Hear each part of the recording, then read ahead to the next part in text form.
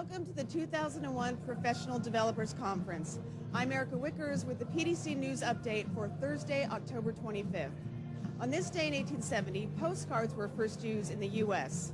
The first electronic wristwatch hit the markets in 1960, and in 1964, the Rolling Stones appeared on The Ed Sullivan Show. Top story today, Microsoft launches Windows XP from New York City. To thank you for joining us to watch the live launch this morning, we're offering the Windows XP Professional CD to all attendees. You can pick up your copy at the South Lobby registration desk or West Lobby coat check. These will be available all day. It was great that so many of you made it to the Counting Crows concert. Here are some of the highlights.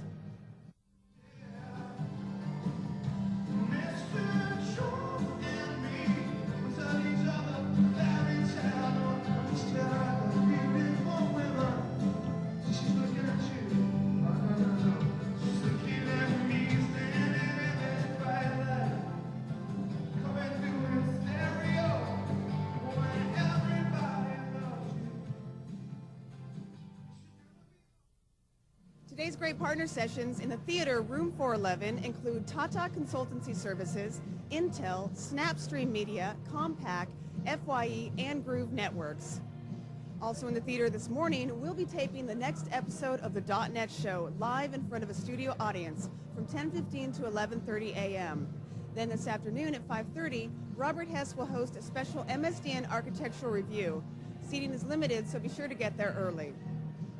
You'll have a chance to talk directly to speakers and various technology experts from Microsoft tonight at the Ask the Expert session that runs from 6 to 9 p.m. in Hall A. Please continue to check the housekeeping monitors or ComNet for detailed updates on session changes, as well as a schedule for repeat sessions. And this has been your daily PDC News Update. Now please welcome the host of the .NET Show and your host this week for the PDC, Robert Hess.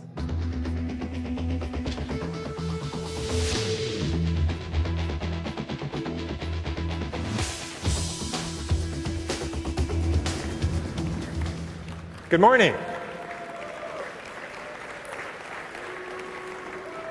I hope you all enjoyed the concert last night. I know I did.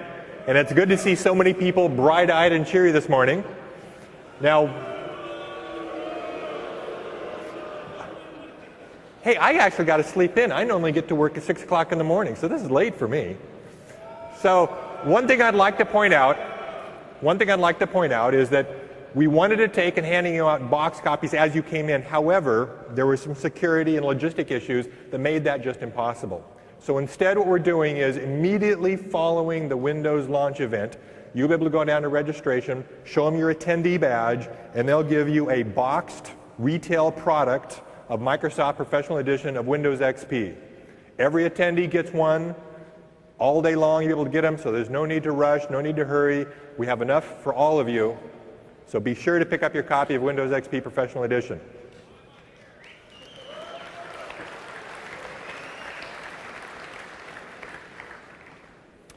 Now, as Erica mentioned, we have updates on the ComNet about different breakout sessions and such. When we have sessions that overrun, we try to make sure we replay those again the next day so everyone has a chance to go to the sessions that are important. Now, there is one session that we added at 8:30, so it's immediately following the Windows XP launch event.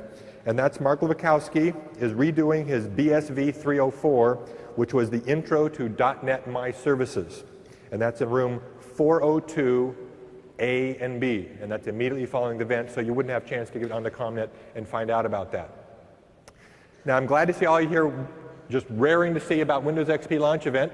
We've got a little bit of a preamble show going on with Michael Wallant telling about what Windows XP is and what you can expect with it. So sit back, hold tight. We'll do that for half an hour, and then we'll go straight to the launch event live from New York. Thanks a lot.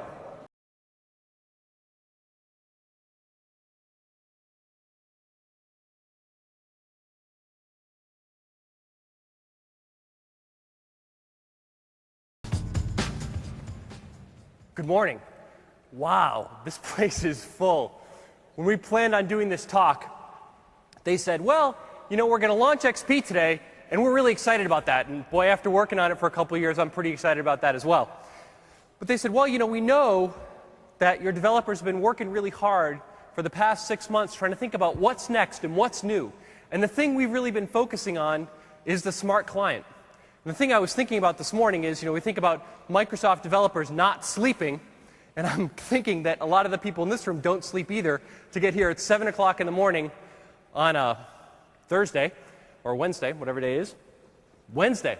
So I want to thank you all for coming out here to help us launch Windows XP. We lose track of the days. It's kind of wacky. All right. So you've heard a lot about .NET, right? Lots about .NET, about how .NET is the foundation of the work that we're doing going forward. Just as you have started to experience .NET with the different betas we produced, our development teams are building on .NET today to create the next version of the smart client. And it's been pretty cool. Developers are more productive, the programming model is more consistent, and there's great development tools. And when we think about the parts, the critical parts of that rich .NET client, it thinks about all of the pieces we think about for those smart clients going forward. Applications that are easy to deploy, easy to install. Applications that start to harness the power of the PC. And applications that bring people together. We see the inkling of that, and that really ties into what we think some of the megatrends are that I'll speak to in a minute that drive smart clients going forward. Now, the interesting thing, over the past 10 or 15 or so years, we've seen a steady migration, by and large, in the richness of the client, going from dumb terminals, 3270s, my first job. How about all those people who worked on a DEC station, 20 years ago? Woohoo, for DEC stations, right? Yeah, VT100. I hated that stupid gray box. The white ones were a lot cooler, though. And then coming up from there, the character mode interfaces from the DOS systems. A little bit more functional, more processing power on the client, but still not great. Then Windows and OS2 and the Mac really bring in GUIs, PC GUIs, a lot more rich. But then the weird thing happened with the net is we kind of took a detour on richness. We had great connectivity, great services, but in terms of how rich the applications were, not a lot of local processing power, which was kind of this weird jog. People still building client-server applications, but having deployment issues and still some of the negatives related to that. What we see going forward for these next generation clients is what we call the merger of the best of the web with the best of Win32. And that's what my team, because I run the smart client team at Microsoft in the Windows division, is all about. Oops. Got to hit the right button when it says F.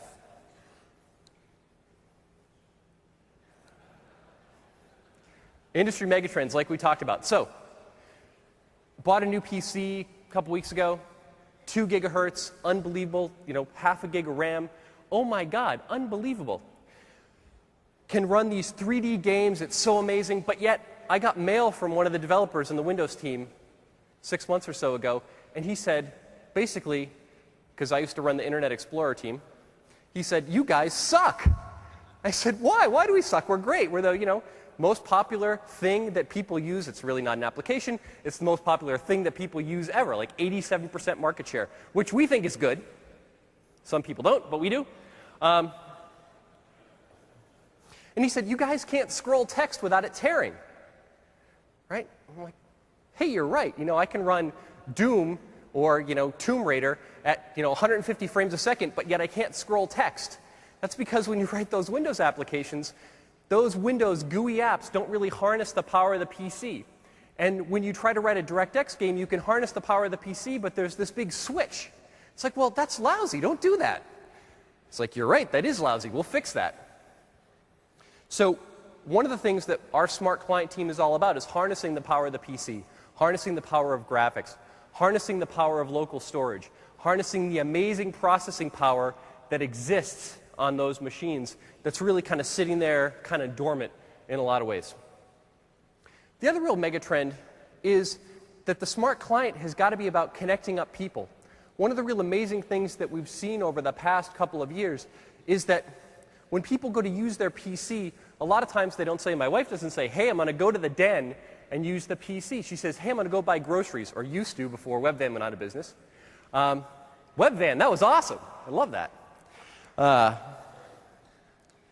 Or, I'm going to go shopping, or I'm going to, do something. but it's about connecting. It's about finding someone else. It's about finding some service. It's about going outside of your silo, outside of your walls, and going outside to the cloud. PCs have to be about connecting people. When they connect people, they do far more than they could ever do simply by sitting there, just cranking along, doing random stuff. The other thing that's really critical, and the lesson we've learned, is that if you have great, powerful applications, and you have applications that connect people together, if you can't install them, it doesn't matter. If it's too expensive to maintain them, it doesn't matter. So these applications have just got to work. We believe in applications that just work, that are easy to install and easy to maintain. You see that today with the .NET framework, where it really tries to deliver that, and we'll do even more in the future with the Smart Client. The other thing we believe in is it's critical for these applications to be easily localizable. How many people here are not from the United States? Woohoo! Not from the United States. Your apps have got to work when it's in German, because, man, those German dialog boxes, those are long. It's just got to work, right? How many people have just gone nuts trying to get the German word for OK, which is what? That's it. Verfügnugen. No, I don't think that's it. Verfügnugen does not fit on the OK button. It just doesn't. We have to make that better. We've got to make those apps work localized, globalized, also accessible. Lots of issues today with Section 508 requiring that for people to sell to the government. Who sells to the government here? Lots of people sell to the government. Government's a good source of money. When you sell applications to the government, they have to be accessible for everyone. So we want to make these applications just work. Windows needs to help you, the developer, harness these megatrends. Yes, you can do a lot of these things today, but damn, it's hard. And we need to make it not as hard. We need to make it trivial. So, what's our Smart Client strategy? Talked about some of the things we see. Really focused on the current .NET offering. We realize that one of the mistakes we've made in the past is we say, hey, we've got this great new thing. Throw away everything you did before and do this great new thing. I don't think you guys are going to do that again. So we are building the Smart Client today on our current .NET offering, which is kind of cool because we get to use in what we call dog food our own stuff. We're big into dog food. Alpo, yum yum. And it's also about focusing and leveraging between the client and the server. Done a great job in the client, done some stuff in the, done a great job in the client, done a great job in the server with what you have today, but really we have to link those together in a more powerful sort of way. So, these Smart Client applications, what do we think they look like? We've talked about collaboration and communication being the key issues. It's pervasive. That's what everything's all about. It's about hooking up, finding people across the world, and getting your services. But the types of applications that we think that people will build, we think there's a category of these business intelligence application, the line of business application, the application that people run every day to get their job done. We think about the personal productivity applications like TurboTax or things like that, where people at home use these applications and use this functionality to get their lives done. Not their work, their lives. And then everyone wants to have fun. What good's a 2 gigahertz PC with that crazy NVIDIA chip if you can't play games and have fun on it, or edit your movies, or see the pictures of your kids from across town or across the world? Digital entertainment really key. The critical thing here is that we think there's a convergence of these types of applications. For example, you can imagine a real-time video conferencing application with text messaging back and forth that allows people to share information. It would be an example of a type of Unity application that fits right into the center there. So what do we do? Because in the end, we have to write some code. So we have to think about, yeah, we got this great vision, but in the end, what code do we actually write? So we've thought about 3 major areas of focus for work we need to do. The first is in the UI platform. The second is in what we call the graphics platform, or the graphics multimedia runtime area. And the third is around documents or e-documents. So let me drill into each one of those a little bit. UI platform, pretty simple. It's about building those form-based applications we see today on the web, whether those be VB-style applications or web-style browser-based applications. We need to do work in that space. What we're building is a new UI stack that goes all the way down to a new device driver model built on top of a high-powered graphics subsystem and a new system of building elements and controls on top of it, as well as powerful ways to lay those objects out in either a flow-oriented way like you see on the web, precise 2D ways you see with Windows applications, or more complex layouts, logical layouts that say, well, I want this to be there and that to be here, and if the OK button says Farfignugan, make it grow a little bit. The Farfignugan button is a critical feature of the Smart Client for Windows. And then sitting on top of that, new application models. How many people here run Outlook Web Access? Outlook Web Access is super cool. It's a version of Outlook that you can run from anywhere in the world on an Internet Explorer client or anywhere in the world not using the Internet Explorer client. And you can get to your mail. We're using it in the back room here today before the presentation. But the interesting thing is that here's this way to build an application that's mail that I run through a web browser. And there's this other way to run an application, which is double-click on the thingy on the desktop. Now, this weird dichotomy between a web application and an installed on the desktop application, come on, I mean, that's kind of wacky. So we really think that we need to have new application paradigms where people just run their application. And whether it's an application that happens to get deployed automatically off the web and run and just gets cached, or whether it's a type of application that you have on your desktop that you can double-click on to start, it's just got to work. We have to have a new navigation metaphor and a new application metaphor that makes this work and unifies the web and unifies Win32 together. On the graphics side, we've seen many, many, many companies create graphics runtimes where we have great animation support, easy ways to move things around and create a really compelling user experience. A lot of times, these experiences fall down when it comes to displaying data or having integration with your back-end information system.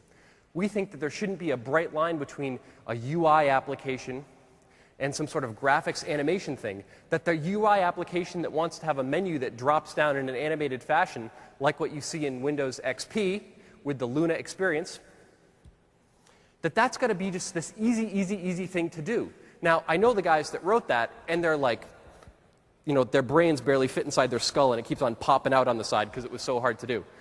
But we've got to make that just drop-dead easy to do, because that's the level of experience that customers demand, and that's what we need to deliver and make it drop-dead simple for everyone to do.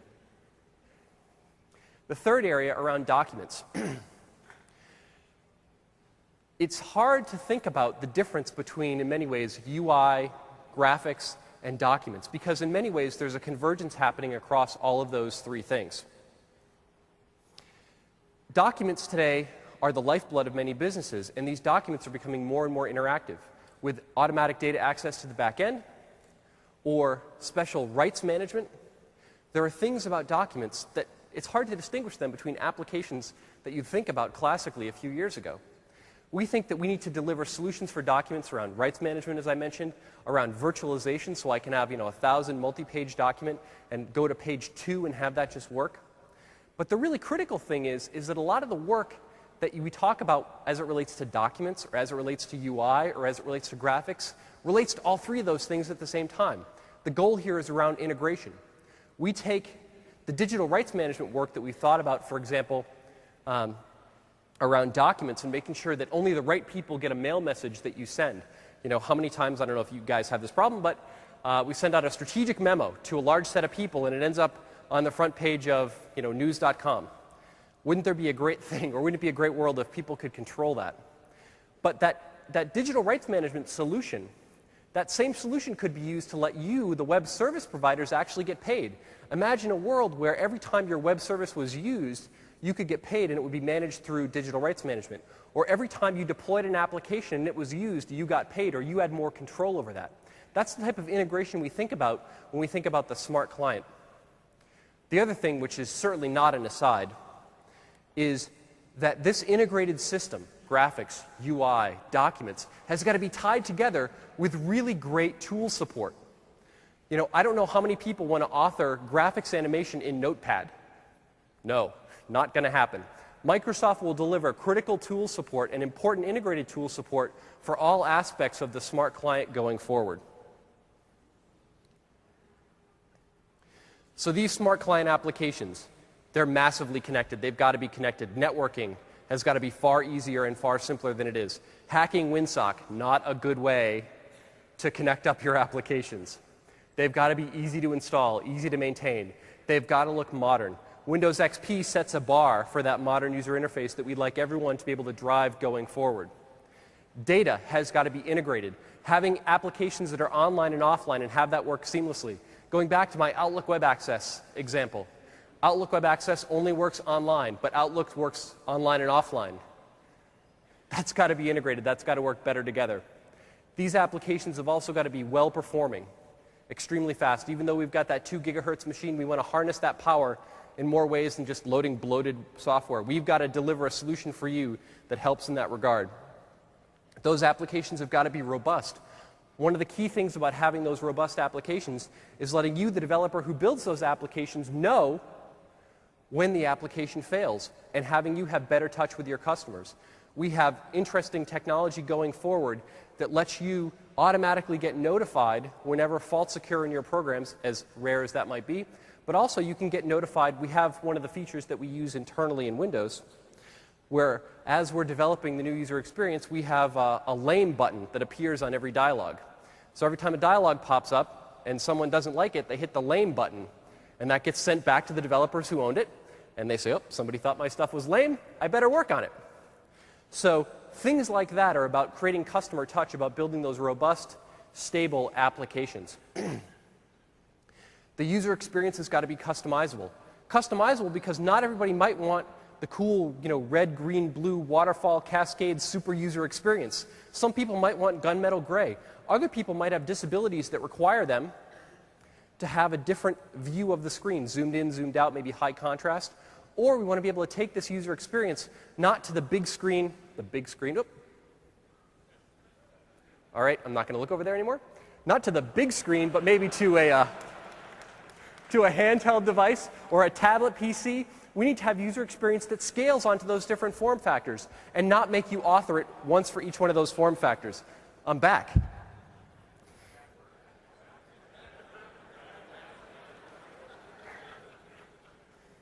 They're screwing with me, I can tell. Okay. And once, as I said before, this has got to combine the best of the web with the best of Win32. There's lots of great stuff about the web. It doesn't really deliver the smart client experience. There's lots of great things about Win32 today and the .NET experience that we have. We think we can go a step further to make it even easier and even more powerful applications get created.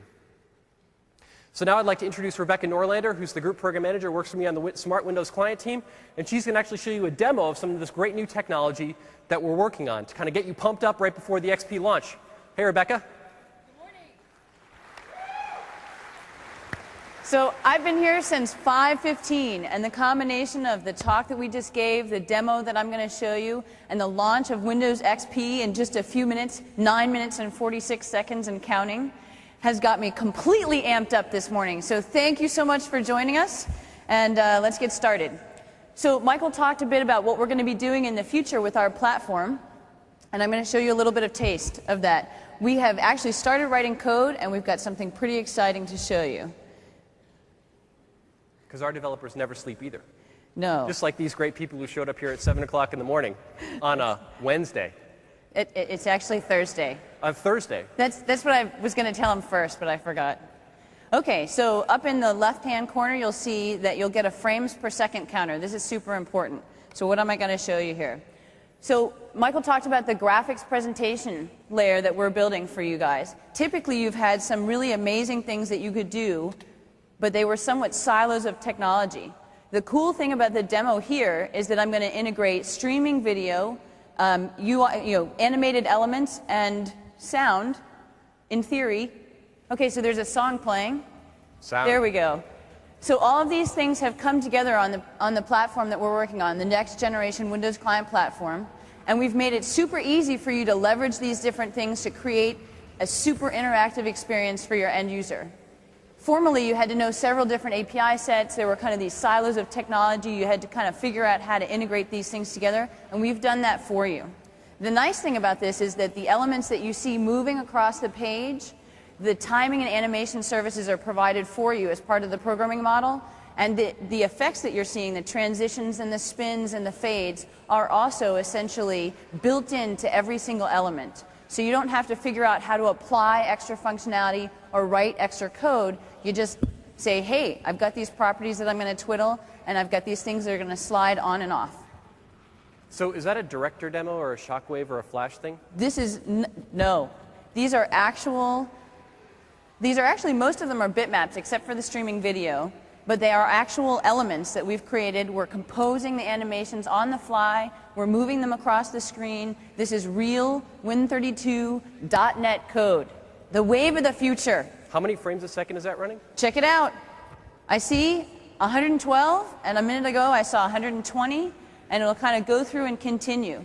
As you know, 120 frames per second is pretty darn fast for something that's up here on the screen. Usually with some of the other animation type packages that you can use today, you'll get about 12 frames per second. So 120, 119 just then, 132, you're not going to see any bizarre edginess. Everything's going to be super smooth, just like you see up here. And it's going to be right at your fingertips. So that pretty much sums it up. Now we're going to have the XP launch in just a few minutes. So thanks all for coming. It's great that you're here this early. We're going to be completely jazzed and excited, and then you'll have to race me down the stairs afterward to pick up your boxes. So thanks again. Thanks a lot.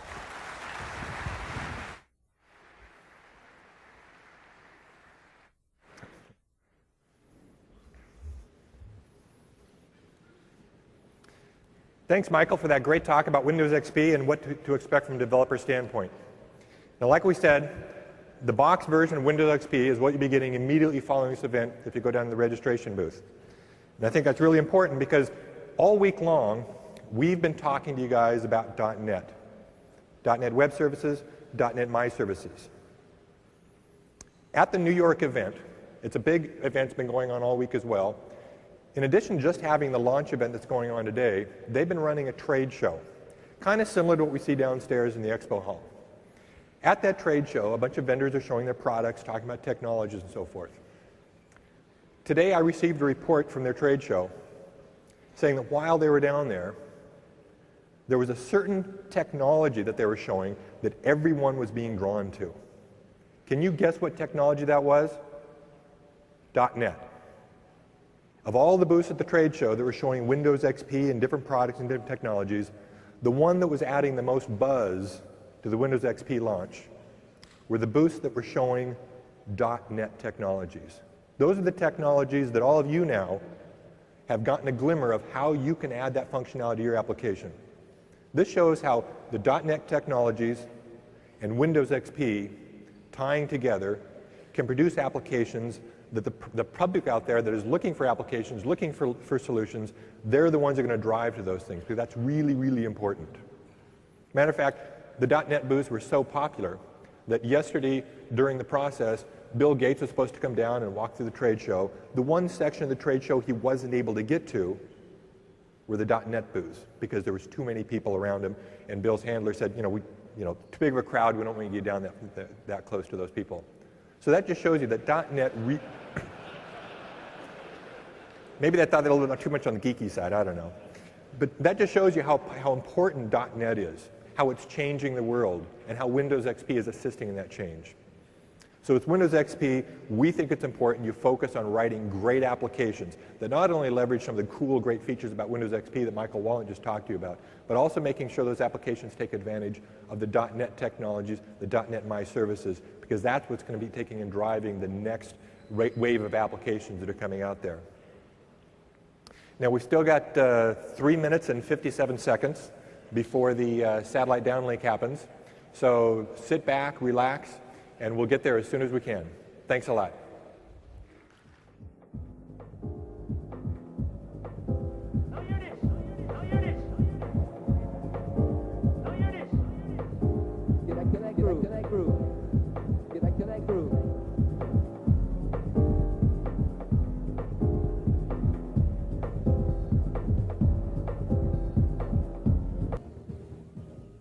Ladies and gentlemen, please rise.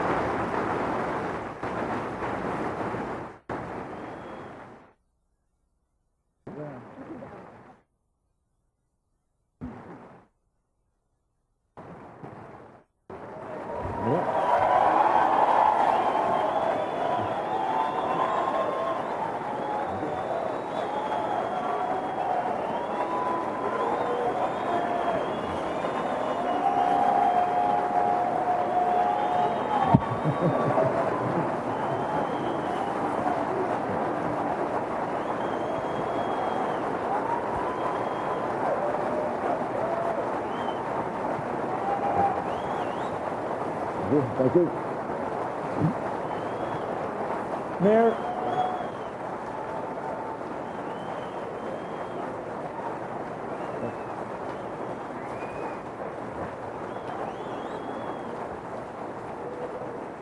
Mayor Giuliani, thank you for being here today. Thank you very much, Bill, and thank you all very much for being here today. New York City has been through the worst attack that's ever occurred in the history of America on September 11. We had more people lost, more damage, more sorrow that's still flowing from it than I think anyone ever anticipated that we would have to suffer in the United States.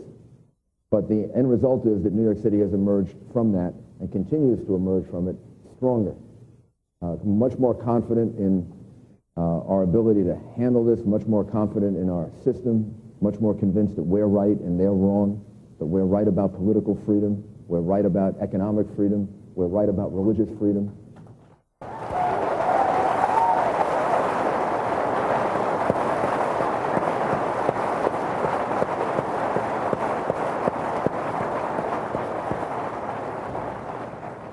And that we should be very, very proud and very confident that the ideas for which we stand and the ideas for which we've lost so many people are the right ones, and they will prevail. I want to thank Bill very much for doing this launch here in New York City. It shows a tremendous... Thank you.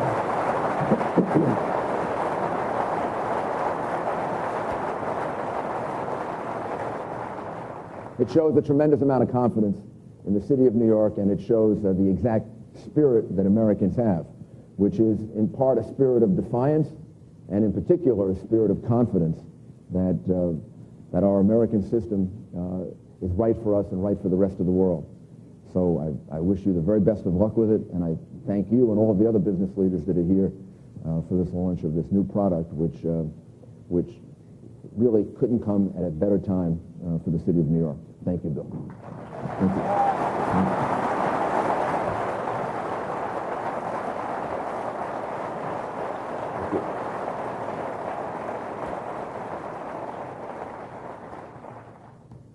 Microsoft salutes you and all of New York for your courage, determination, and resilience.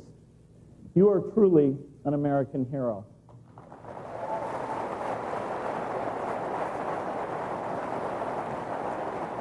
And so are the police and firefighters and citizens who risk their lives at a moment's notice to help others. We are proud to come here today and bring thousands of developers, retailers, and PC manufacturers from all over the world to New York. A few weeks after the September 11th attacks, I called the mayor to ask him whether he still thought it was appropriate to hold the launch here. Without hesitation, the mayor said, absolutely. And I agree. There was only one place to launch Windows XP, right here in the heart of New York City.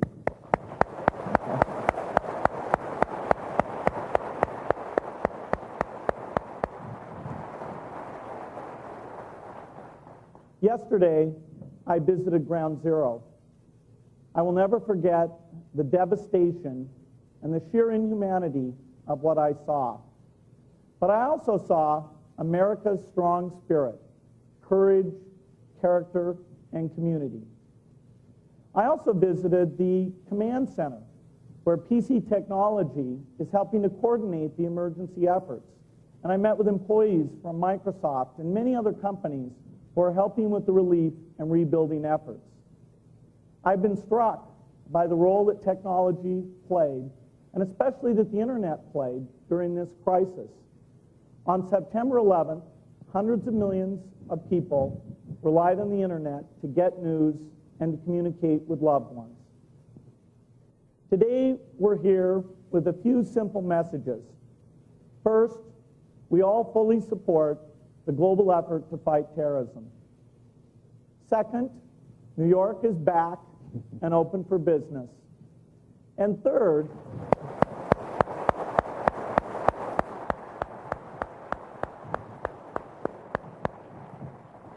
and finally, although our economy is going through tough times, the technology industry will keep making the investments and innovations that will re-energize our economy.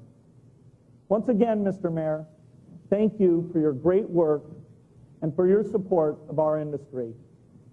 Thank you very much. Thank you. Thank you. Actually, there's one point that Bill said something that I should have mentioned when I spoke earlier. The command center that was erected would not have been possible without the help of Microsoft, many of your other businesses in the technology industry, all of whom devoted a tremendous amount of work over a 48-hour period nonstop. The command center that now exists was destroyed at 7 World Trade Center. It was crushed on September 11th. It was rebuilt by September 14th. And without technology, without the computers that we have there, without the connection to the internet, New York City would not have been able to function. So the point that you make is a very important one, and the role that your industry plays in the security of America is an enormously important one, and I thank you very much.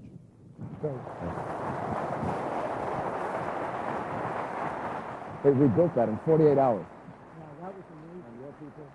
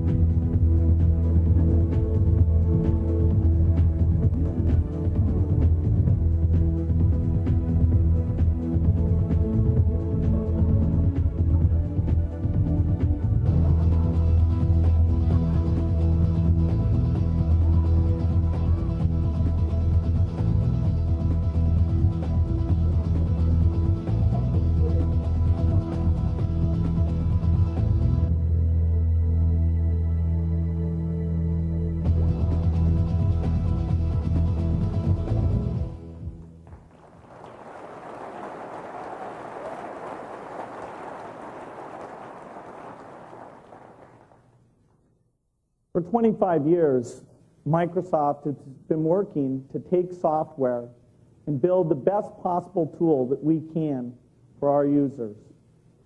Today is a major milestone in that effort. Today we launch worldwide Windows XP.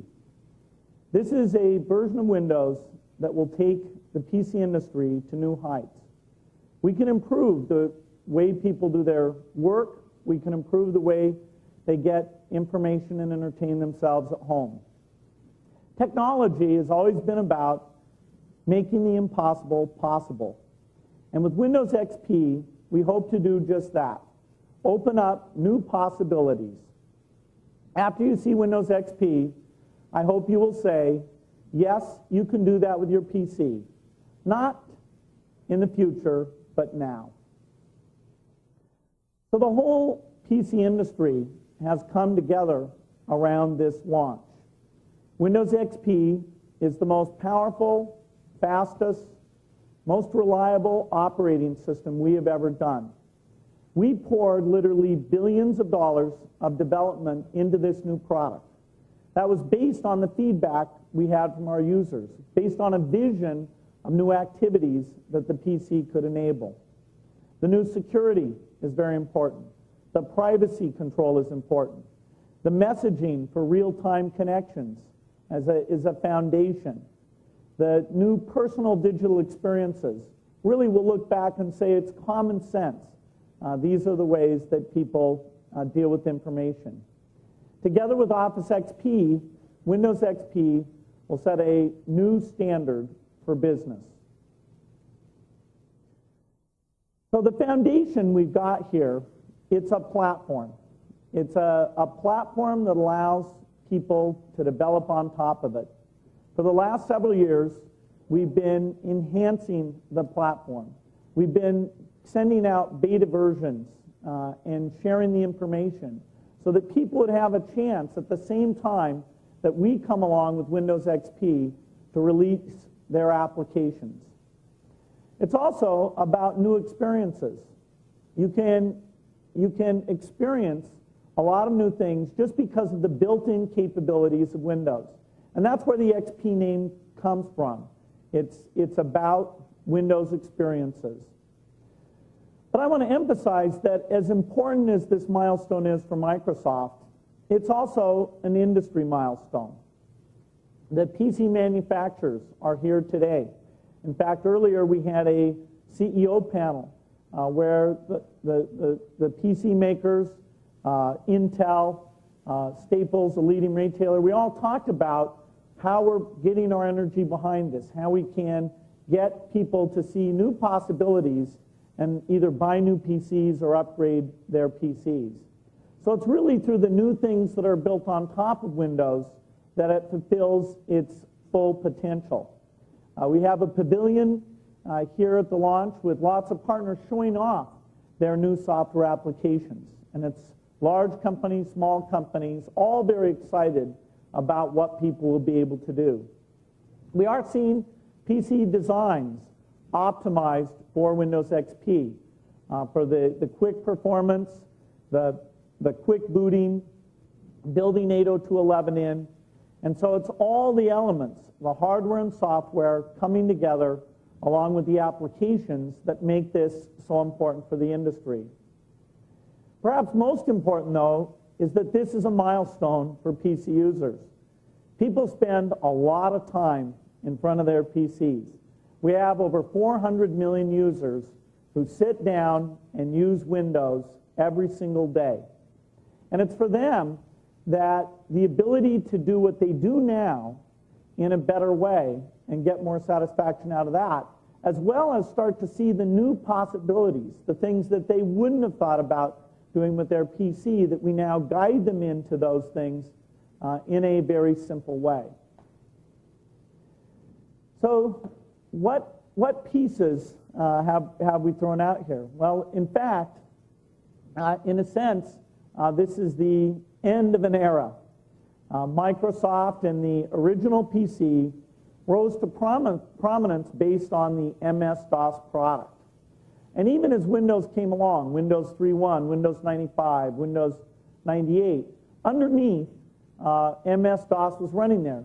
Windows simply sat on top of MS-DOS. Well, so today, it really is actually the end of the MS-DOS era. It's also, we would say, the end of the Windows 95 era. That was the most important Windows milestone up to this day.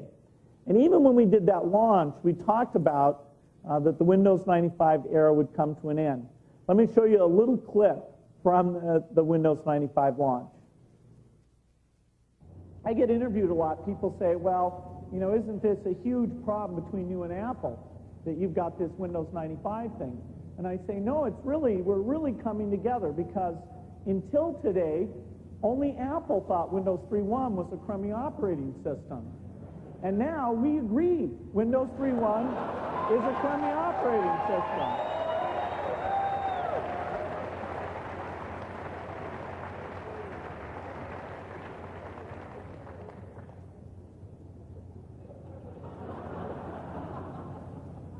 And someday we'll say that about Windows 95, I'm afraid. But give us 2 or 3 years before we can figure out why we're going to have to say that.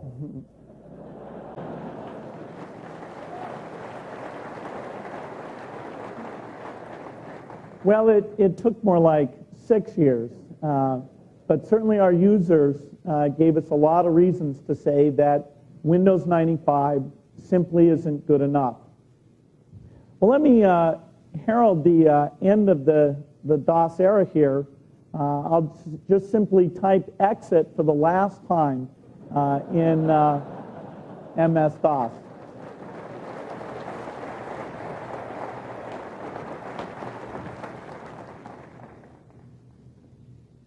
Excuse me, Bill? Yes, DOS? Bill, I brought you the PC. I helped make Windows, and I'm running over 400 million PCs today. You aren't going to do this, are you, Bill? Sorry, DOS.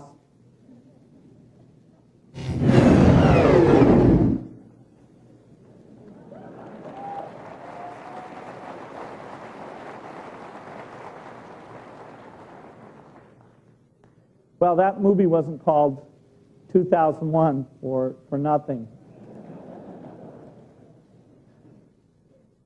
So, in many ways, this is a transition point. It's the end of too many PC crashes. It's the end of the static web era and the start of an era where the web will be dynamic. We'll program against the web. This new term, XML Web Services, you're going to be hearing about that more and more because Windows XP lays the foundation for that.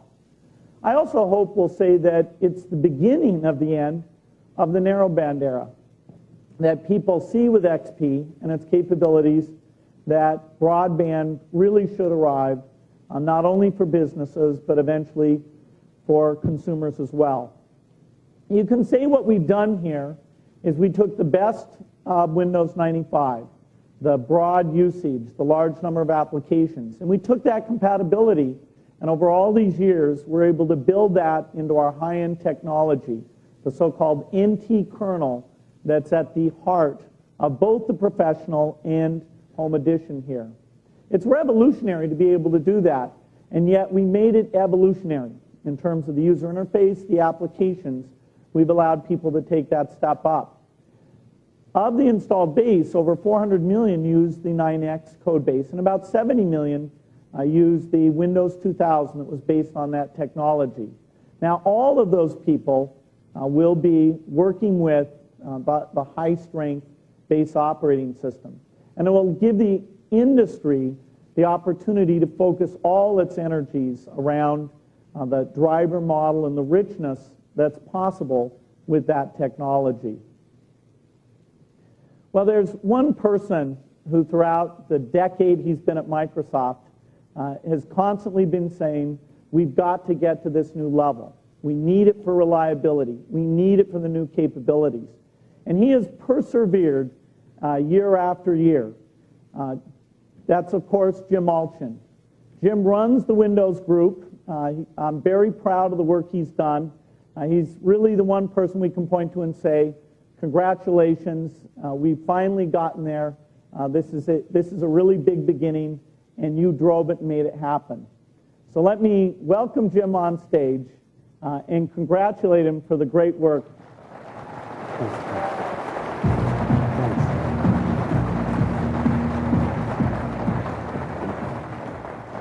Well, you stuck to it, Jim, and now we're finally here. Yep, it was 12 years ago that you first talked to me about coming to Microsoft. And what did I say? You said we got to get to the one code base. I said that no, I didn't think that this was the place for me. I thought maybe the right thing to do was to, go to a company that believed in really reliable systems. And when I came out to Microsoft, you and Paul Moritz brought me over and said, there's this new guy we just hired. His name's Dave Cutler. Why don't you talk to him for a minute? Of course, Dave is the person behind the VAX system. And I went over to Dave, and you may not know how Dave talks, but Dave says, I don't work on toy systems. I only work on real systems. And that was the beginning 13 years ago. He had already started 2 years before I started there. Then the history, this long journey that we've been on. So it's been an exciting journey for me and the team. And today, we're unleashing that real system, a system that's more reliable, more secure, and easier to use. Now, go ahead and show them what it's like. Okay. There are many reasons.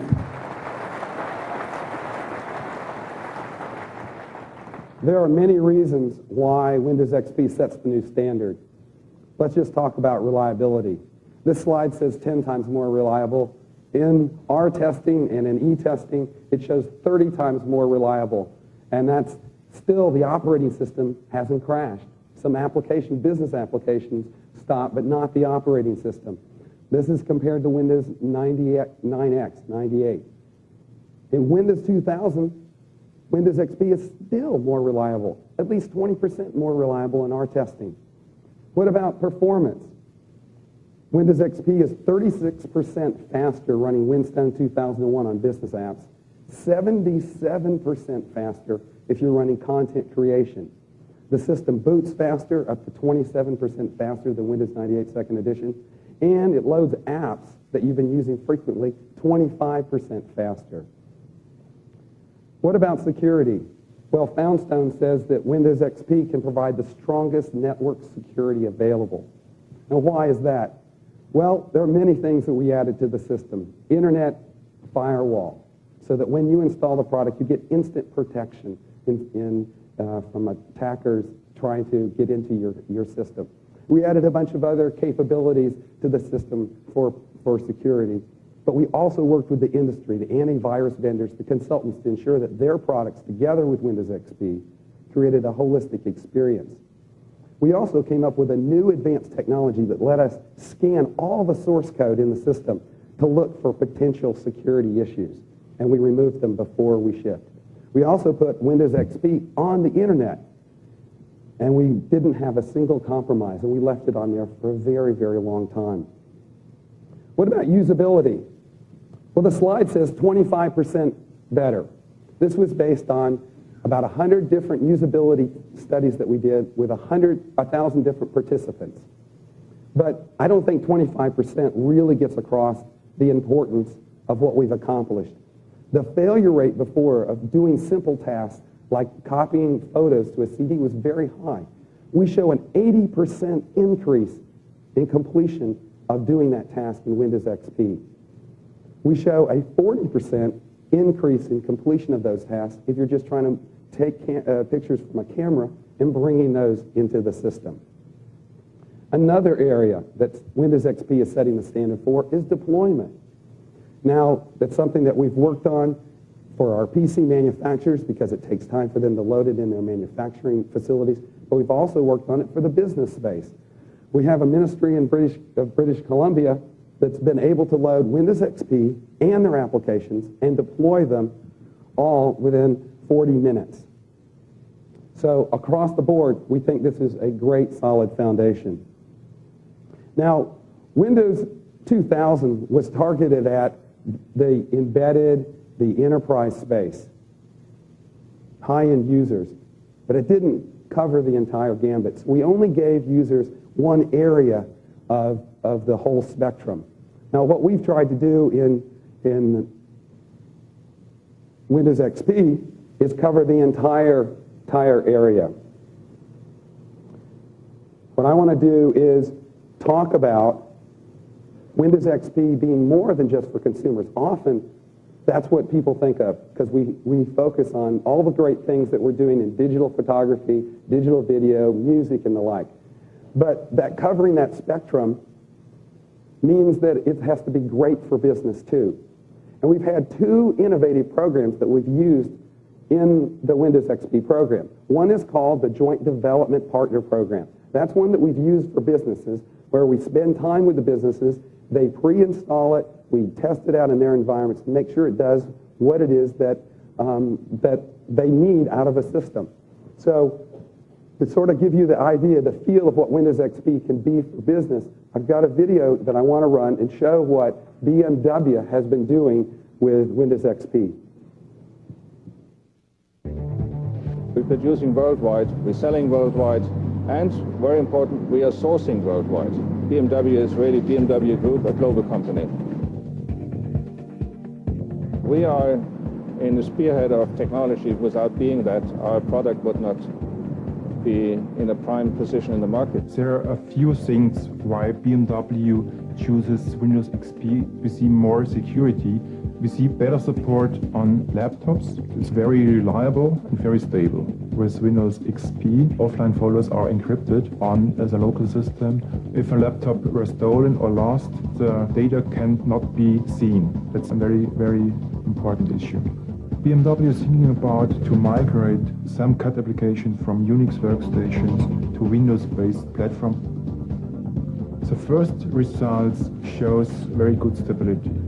Given the high investment that we have in the infrastructure, our interest is to get the best quality and the best value out of it. So I think Microsoft has done that, setting the standard, getting the hardware industry behind it, and so we get the best output out of it. Today, it's certainly the benchmark.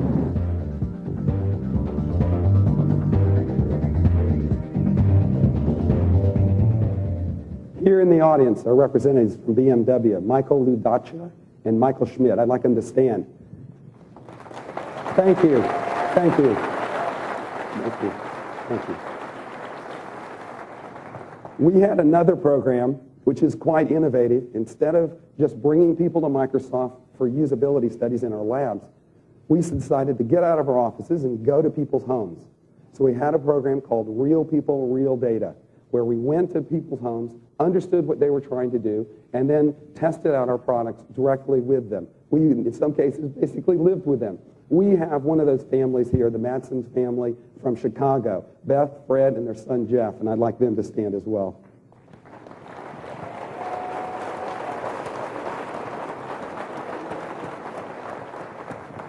I want to give you an idea how they were using Windows XP. This is the Matson family PC, and let's look at what Beth does. Beth uses her PC a lot of times to do a PowerPoint story. In this particular case, it's sort of a funny one. It's about water towers for somebody inside Microsoft. But she's also done serious ones dealing with the tragedy of September 11th. Let me switch gears and look at how Fred uses the family PC.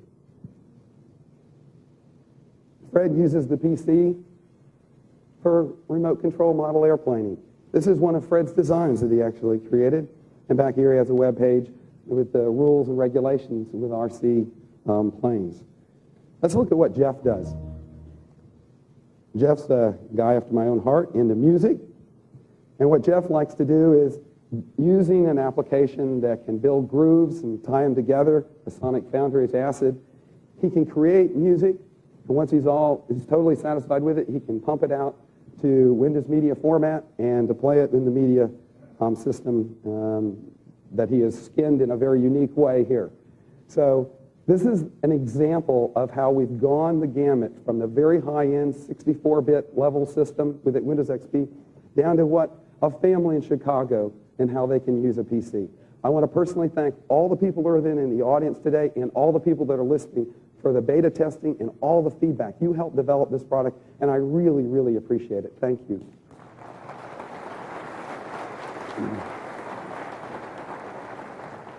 So not only does Windows XP represent tremendous opportunities for what users can do at home or at work, but it also represents amazing opportunities for the PC industry.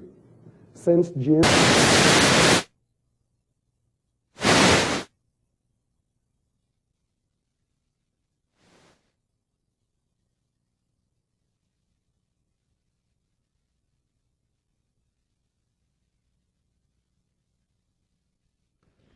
Ladies and gentlemen, we're having a small technical problem with our satellite link. We'll be up shortly. Thank you.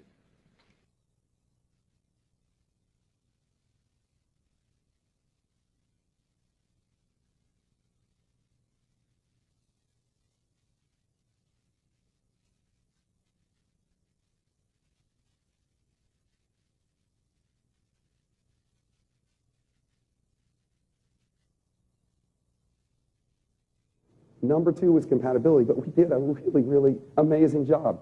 On the CD, we have 12,000 devices, which I think is phenomenal. And we've got thousands more that are going up on Windows Update today and that are available on the internet.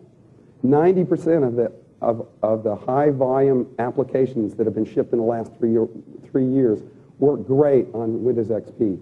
And we created a new logo program that we encourage customers to look for, because these applications, these designed for Windows XP logoed applications or devices, we know have a higher level of quality than previous applications.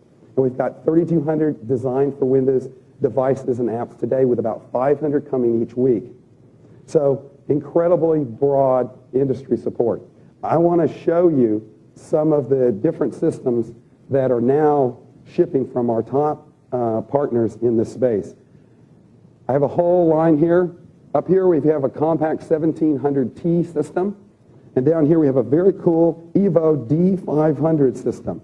Now this system is unique because it's got the smallest form factor that has a Pentium 4 in it.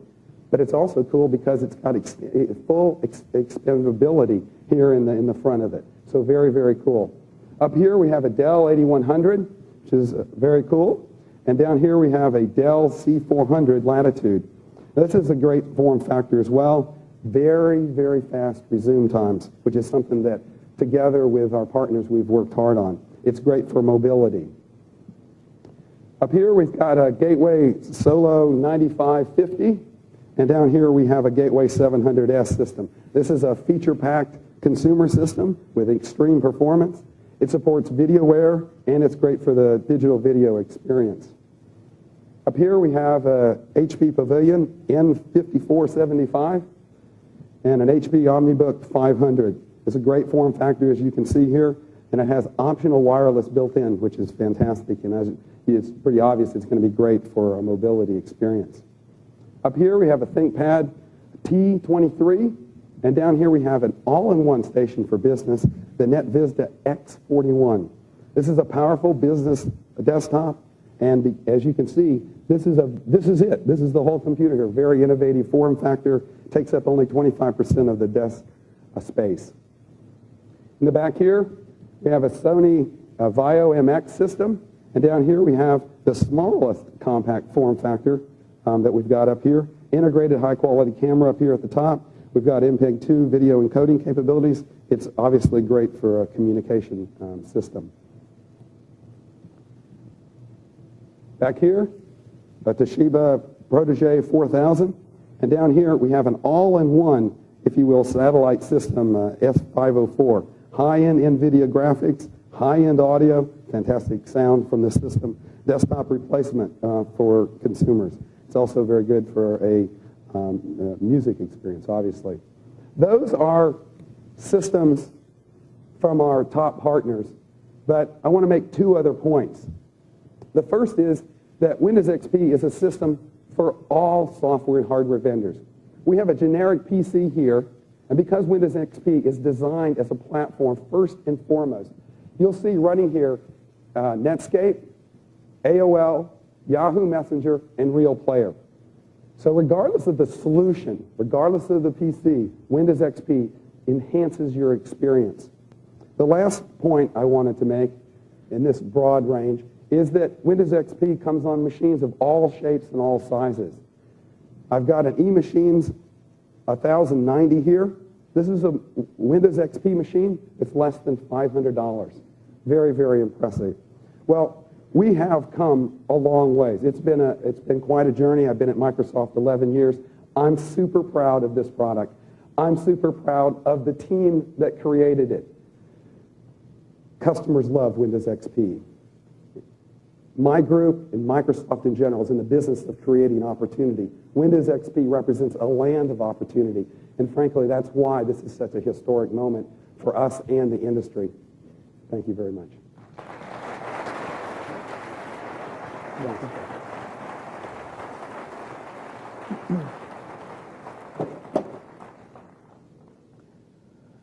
Well, the team worked very hard on this product. I remember last spring sitting down with them and saying, are you guys going to have this ready for this Christmas season. We really need it for this Christmas season, but we don't want to do it unless it's ready to go. And so they put in some really long hours, real dedication to it. So let's have a round of applause for the Windows XP team.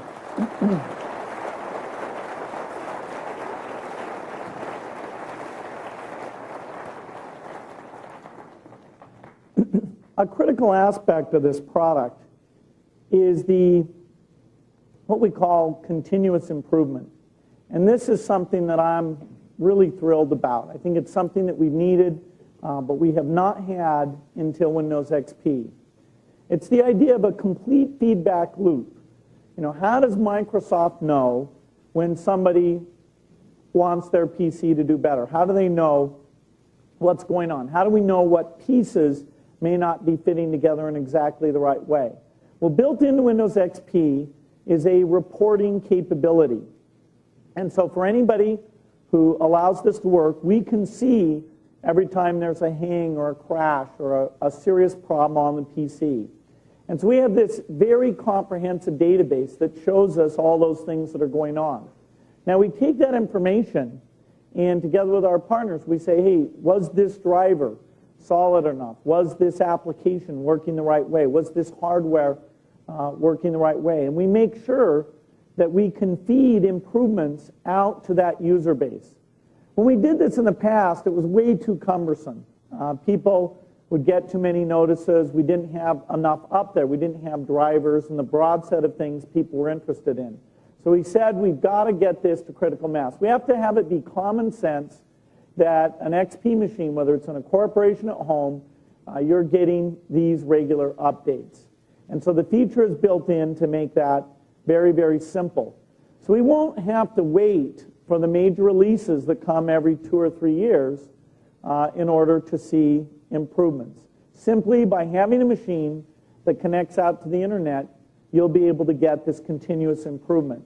And this is really a key answer to the question of how can we have such an open environment where anybody can develop applications and drivers and hardware, and there's nothing that holds back people who want to do those new things. There's no approval process they go through, and yet be sure that the leading companies make absolutely sure that the quality of that experience is such that people aren't concerned, that they're willing to add a new peripheral or a new application knowing their system will keep running and working for them exactly the way it should.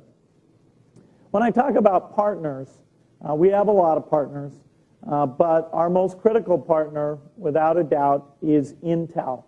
With Intel, we work to make sure that the power of their processors and our software solutions is really enabling new capabilities.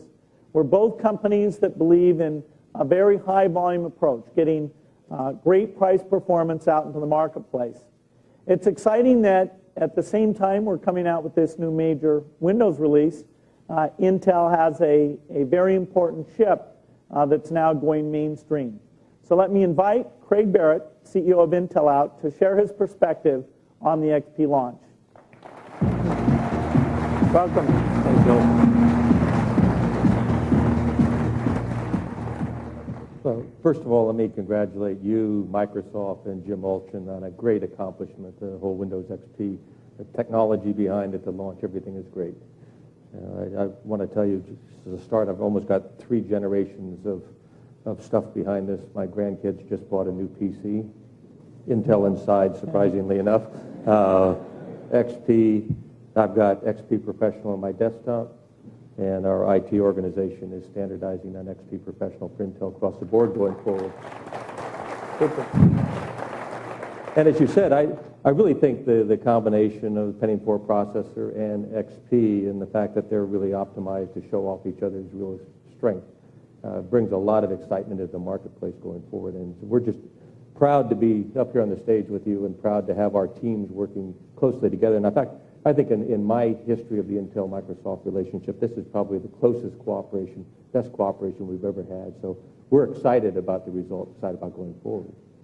Now, one of the things that I'm not sure that the audience realizes is really how much technology goes behind this. And I was sitting in my hotel room last night trying to add up how many man years of effort we put behind designing the Pentium 4 and the manufacturing process technology and getting ready to go. And I come up somewhere between probably 7,000 and 10,000 man years. And I suspect you've got an equivalent amount of effort behind XP. Almost exactly the same. It's, the things that we're building collectively, I think, are the most complex, sophisticated things that man has ever built. And I get terribly excited looking at the microstructure of our microprocessors. I suspect you get excited looking about those bits and bytes of stuff in the code. But you bet.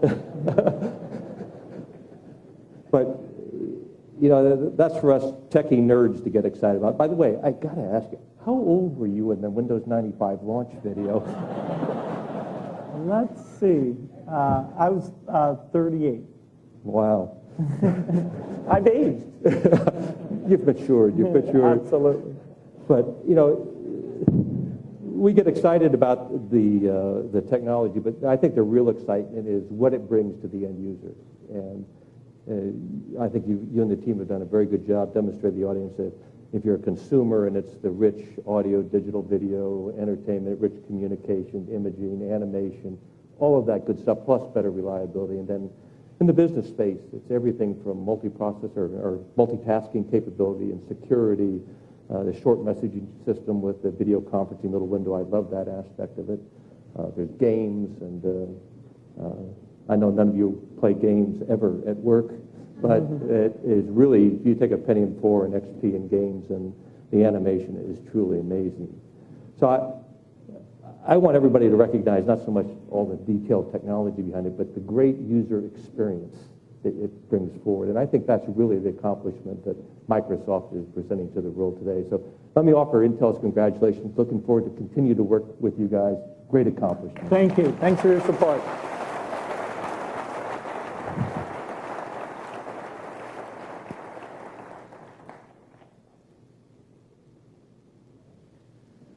Many people, as we've talked about the enthusiasm of these beta users, where they literally say they're never going back to a previous version of Windows, they've asked us to dimensionalize this.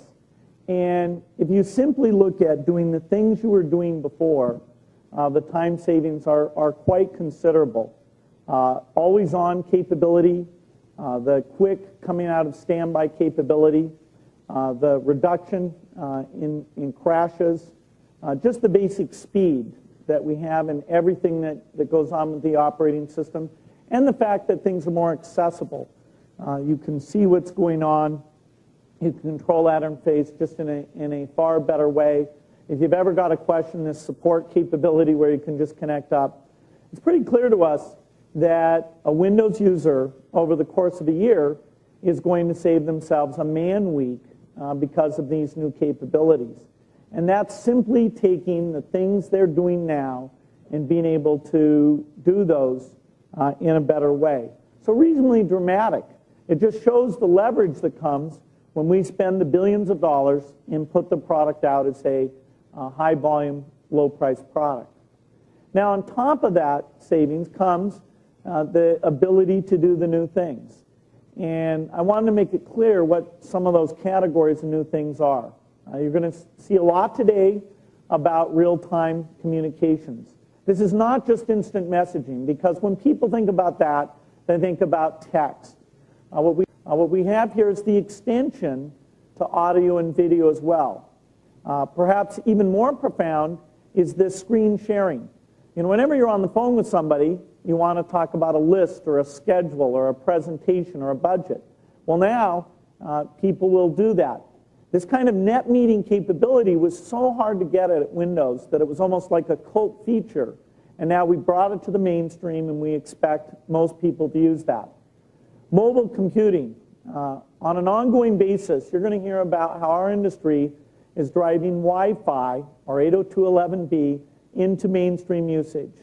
That is a very big thing for the new scenarios. And XP brings that forward. If you have an XP machine, there's many locations now where automatically you'll see the network come up and just offer to connect you up and connect you up with security. Help and support, a huge overhead thing. And now the diagnostics built in and this screen sharing thing allow those to be handled in a very different way. The common sense of digital photography. Why haven't people switched away from film? Well, the cameras are certainly getting there, the cost, the resolution, the printers, but it's just the setup. How do you move the photos? How do you keep the names? How do you make sure you don't lose them? How do you organize them? That's what we put so much work into. Likewise, digital music. The user is empowered by organizing things the way they want, and yet it hasn't reached critical mass because the tools simply weren't built in the right way. Digital video coming along with the great camcorders, the low cost of storage, and finally home networking. Again, something that a few people were able to set up in the past. Now it's something that's a mainstream thing. You get two PCs, they'll recognize they're together, be able to set up and gateway through to the internet in a simple way. So those were some of the key scenarios that we really put new technology in, took it out to the users to make sure that this would be something that everyone could take advantage of.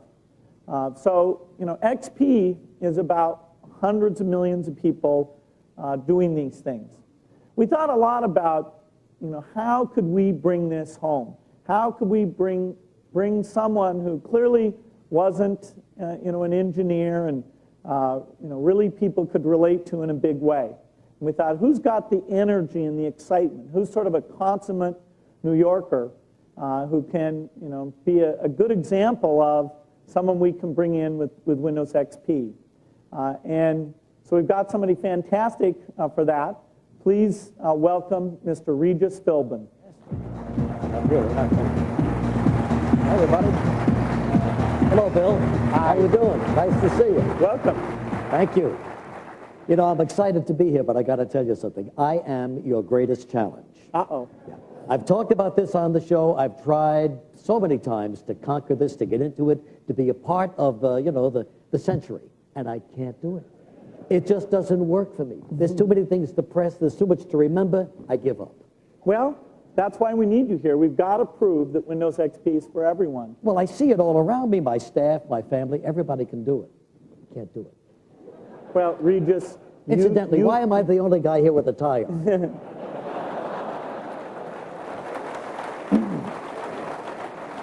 Regis, you can do it. I'll answer any questions that you have. I've got a lot of questions. But, I'd feel more familiar with these questions if I was in more familiar surroundings. So would you step into my office right over here, Bill Gates? Yeah, here it goes. Yes, Bill Gates. Who wants to be a millionaire? Bill Gates does. There we go.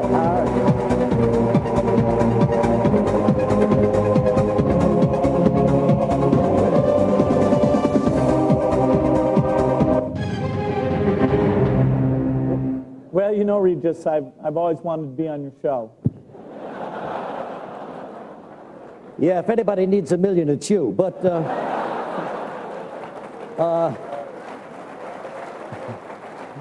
weren't you on my show yesterday? Well, that was Kelly's show, wasn't it? Easy, Bill, easy. Easy on the funny stuff.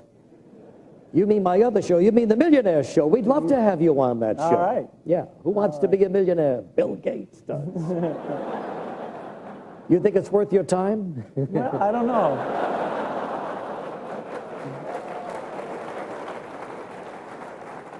It'd be fun. Yeah, I think it'll be fun. If you could get past the fastest finger question. I can do it. Sure you can. All right, let's start with some easy XP Windows questions, okay? See how much you really know about this product. Here we go. First question coming up. Bill Gates, what does the XP in Windows XP stand for? Is it extreme power, expediency, experience, supercalifragilistic expialidocious? Well, it's a pretty easy one. I think I'll go with C. Experience. You say experience, final answer? Final answer. All right. And you're right, Bill Gates, you just won $100. Experience, the right answer. All right, we'll get another question up here. Which of these is not a Windows XP experience? Would it be digital music, mobility, Digital photography. New Millionaire game that replaces solitaire. Well, we may have missed an opportunity, but I think it's D. You're right again, Bill Gates. How about that? $200. Very good. All right, we'll get into a tough question. Here it comes. Windows XP allows you to use your computer to play videos, music, and view pictures, call and see friends in real time, connect to your work from anywhere, get the best of the digital world even if you're not an expert. Well, that's an interesting one. I'd say it's actually all of the above. All of the above. Final answer. That's it. Got it, Bill Gates. It really happened for you. Yes, you win. But let me ask you something, Bill. Can it really do all these things? Well, it really does. And, you know, we're going to make it so even a guy like you can do every one of those things. You know, I'm kind of a bright guy, but okay, there's just something about it that baffles me. Well, we've got Joe Belfiore here, and he's going to come out and show you how you do it with Windows XP. Okay. Actually, while Joe's out here, I'm going to go out into Times Square. You're going to go to Times Square? Yeah, I'm just going to go out there and look imagine around. Don't worry, I'll be checking back in with you to make sure Joe's taking care of you. Bill Gates loose in Times Square. All right. It's going to be okay.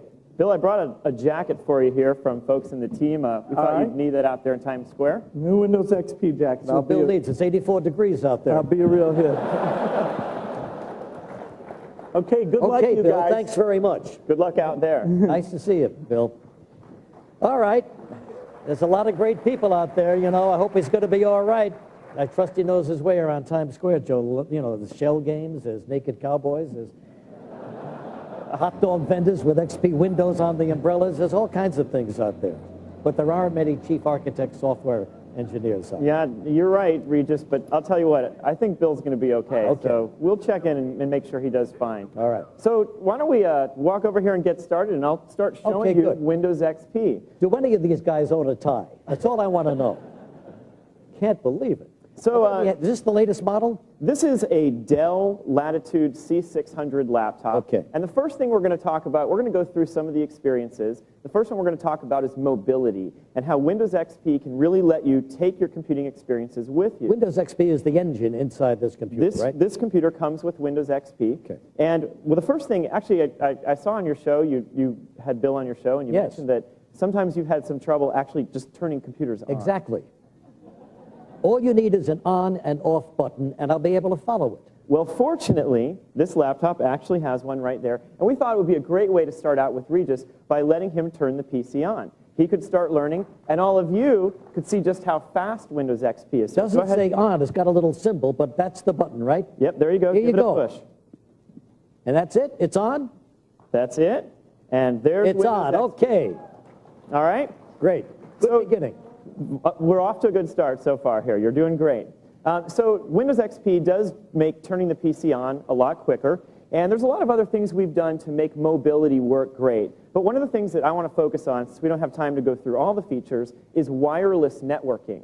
So with wireless networking, you can buy a laptop, and Dell and other PC manufacturers make laptops that have it built in. Right. But lots of people have laptops like this that don't have wireless networking built in. So what you can do is you can buy little wireless networking cards like this one. This is an Orinoco wireless networking card from Agear. What we're going to do, Regis, I'm going to actually have you install wireless networking support on this laptop. This makes this computer usable without any wires. Exactly. Okay. You'll be able to get on the internet, do your email, do all that stuff. We thought, you know, with Regis being new to all this, it would be great to start him out with something as easy as installing hardware. And every computer has that little slot? All laptops have that little slot, so you can buy stuff like this from lots of companies. All right. And we're going to go through all the steps to install, configure, and connect to a wireless network. So go ahead and give the card a push. There. And just watch on the screen here as Windows XP recognizes that you just inserted some hardware, and it's doing all the hard work of figuring out how to install the software required, find the wireless network, and get you connected. All right. So little balloons are popping up? Little balloons are popping up. It's thinking, and there we go. Is installed, ready to use. Good.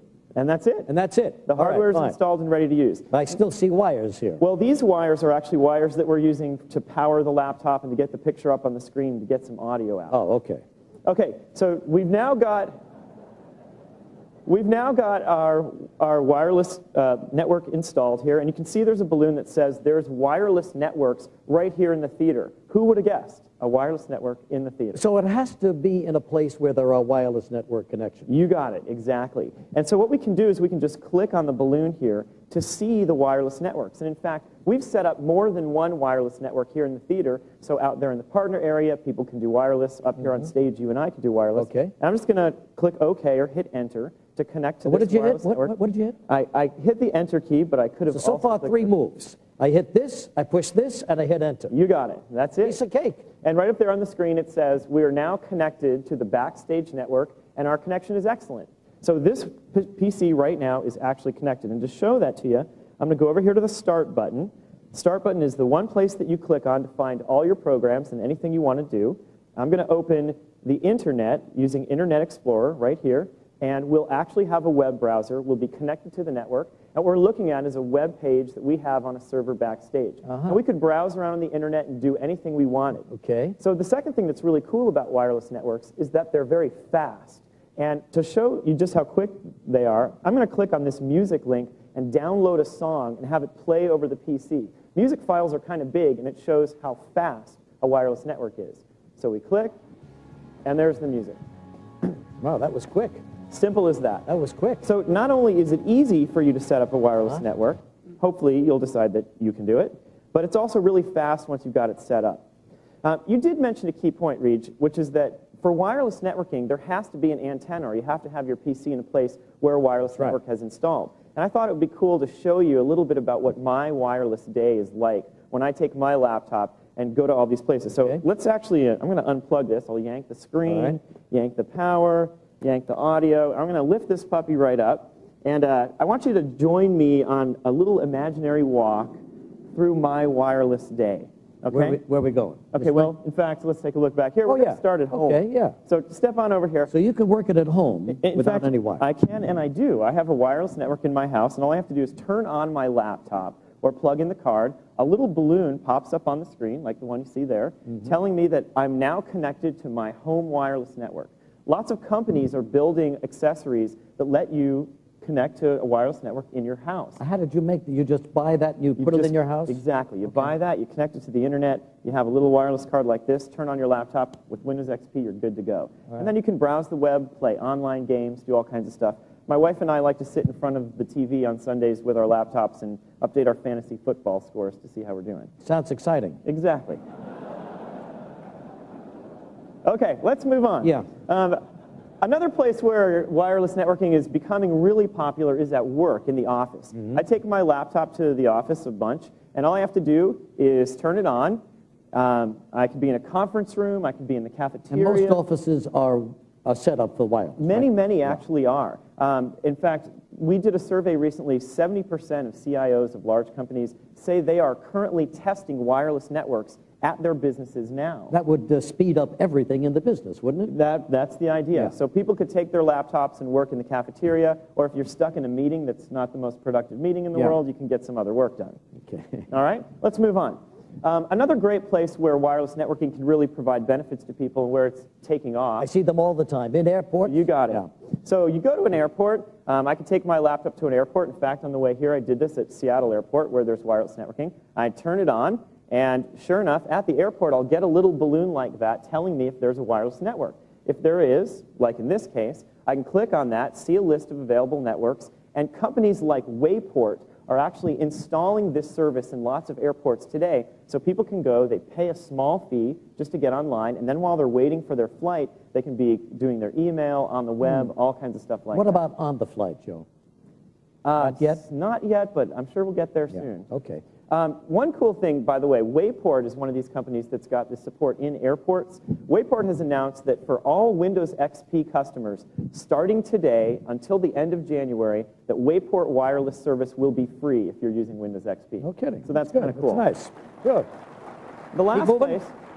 The last place where we're seeing wireless networking really start to take off is in hotels. I can take my laptop to a hotel, I turn it on, whether I'm in my room, I'm in the lobby, I'm in the coffee shop, I'll see one of these little balloons that tells me a wireless network is there. I can connect to it, I can then browse the web, do my email, all that same sort of stuff. If you don't see the balloon, it's not going to work. If you don't see the balloon, then you're not in a place with a wireless network. But a key thing is that these wireless networks are happening in lots and lots of places. So more and more, you'll be able to go somewhere and do wireless networking. Terrific. And in fact, Reed, we're going to make sure that you can do it, and all of you folks in the audience can do it, because the folks from Agir have provided these wireless cards free for all of you and for you. Not so you bad. can go try this stuff yourself with Windows XP. Great, that's a great idea. All right, so that's wireless and mobility.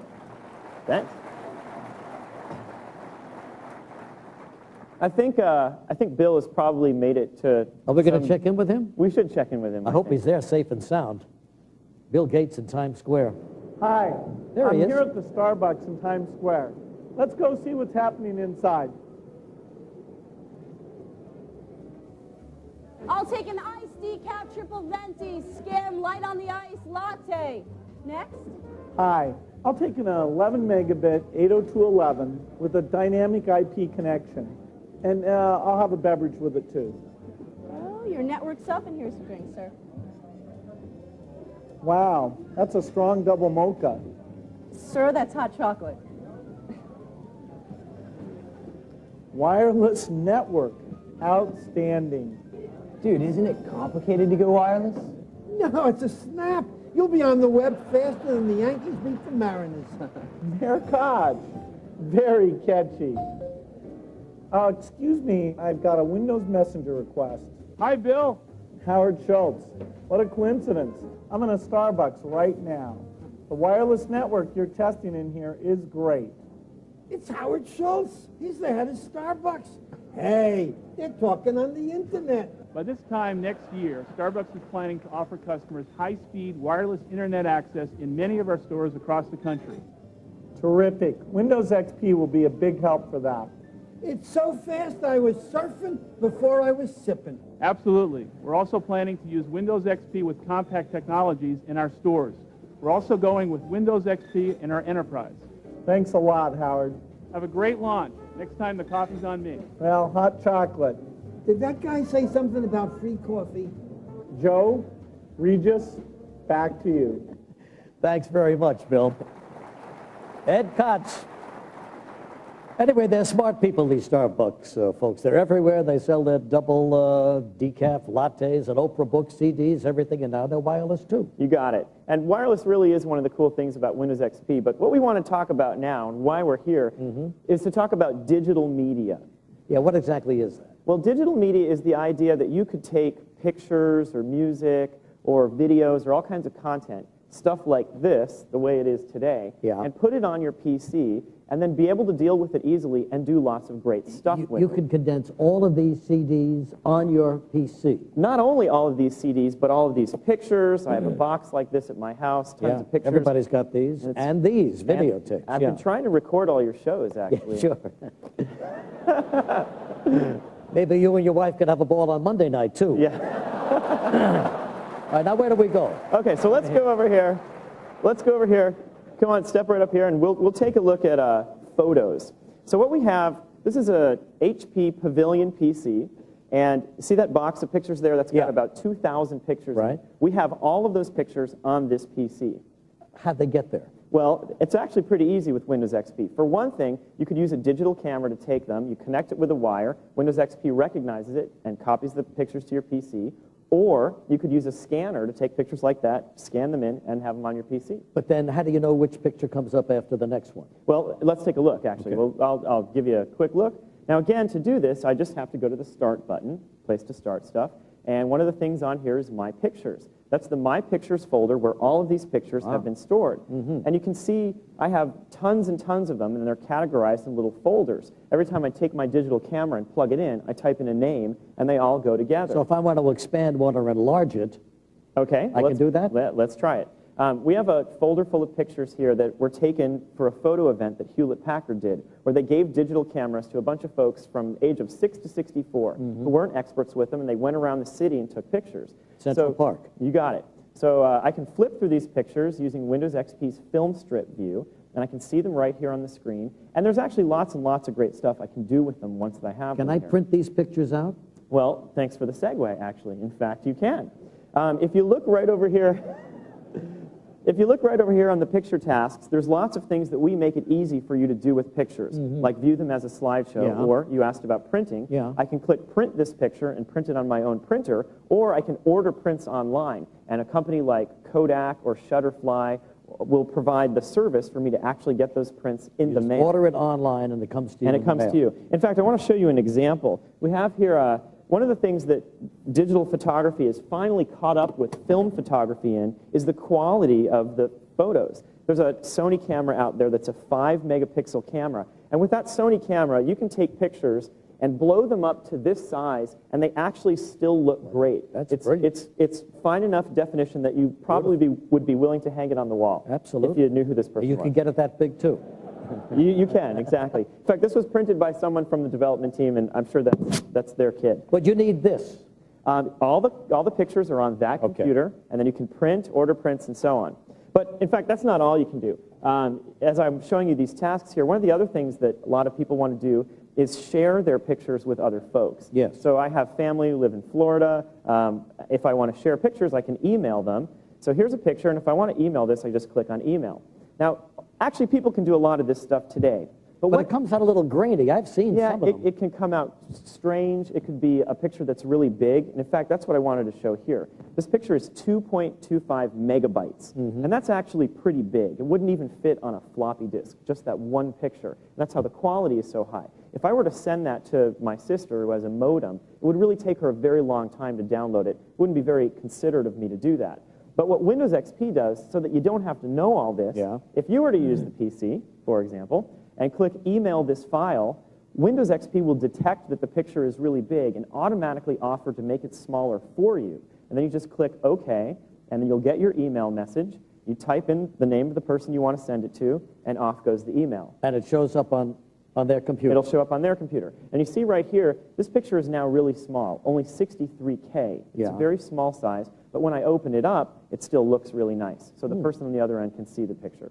Fabulous. So there's lots of ways you can share pictures. You can send email. One of the things that I also did was I burned a bunch of pictures on this CD. Windows XP supports the ability to write CDs. So actually the truth is you can fit that many pictures on a CD. And then they play the CD and they see all the pictures on their computer. They can play the CD, you got it. Or I could store it away in case I wanted to make sure I didn't ever lose them. There's lots of great stuff I can do. It's terrific, Joe. All right, you get the idea. Okay. Let's move on and talk about music.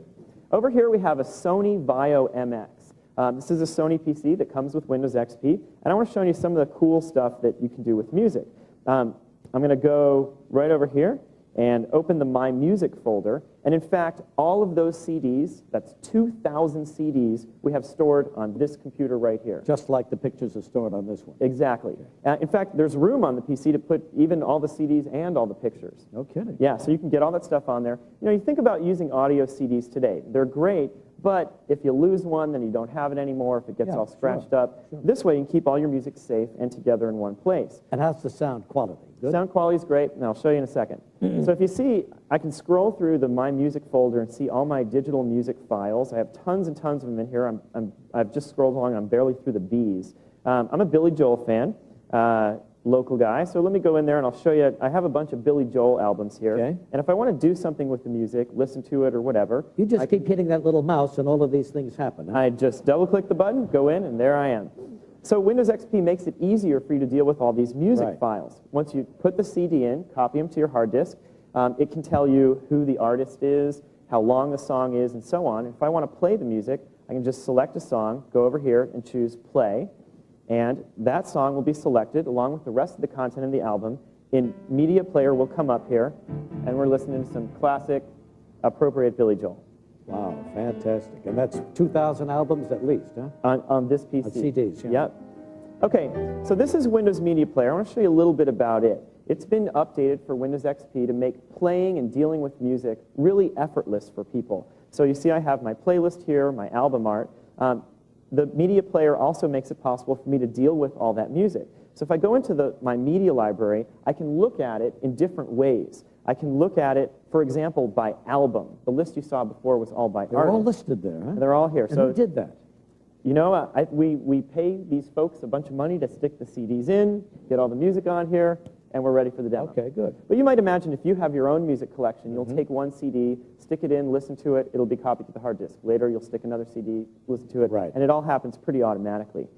Now, I have all that music in there. I can look at it by artist, by album, and I can create playlists, which are my own sort of customized set of music that all go together. And you'll rearrange it? I can arrange it in whatever order I want, have as many songs as I want. Fantastic. And you got to remember, the cool thing here is that once you have this digital media on your PC, one of the great things is that you can do a bunch of stuff with it. Yeah. Okay? So for example, I created this audio CD, Joe's Road Trip Classics, which are a bunch of songs that I like to listen to when I'm driving on the road. And I can also take the music with me by putting it on a portable digital music player. So right here we have a whole bunch of examples of portable digital music players being made by lots of companies to provide Windows XP users with music wherever they want to go. All of these music players work with Windows XP today.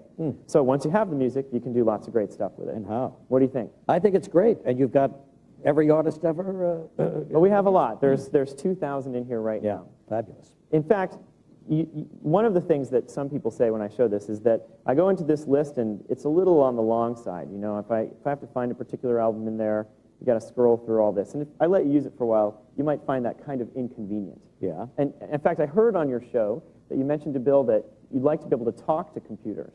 That's the answer. That's the final answer. Just talk to the thing, you know, and let it do the work. Forget the mouse, forget pressing buttons, talk to it. Okay, well, we're going to try to stay focused on that for a second. I want to show you a feature. We're going to try to deliver on that promise. With Plus for Windows XP, Microsoft Plus for Windows XP, what Plus does is it extends the digital media experience, makes your PC more fun to use. So what I'm going to do here, I'm going to open Plus and show you one of the things that we've done to start making that a reality. Like I said, Plus has a bunch of stuff, but what I'm going to do is I'm going to start the voice command for Windows Media Player. And what that does is it enables me to actually talk to the computer and ask for my music. So watch this. Media Player, play artist Lenny Kravitz.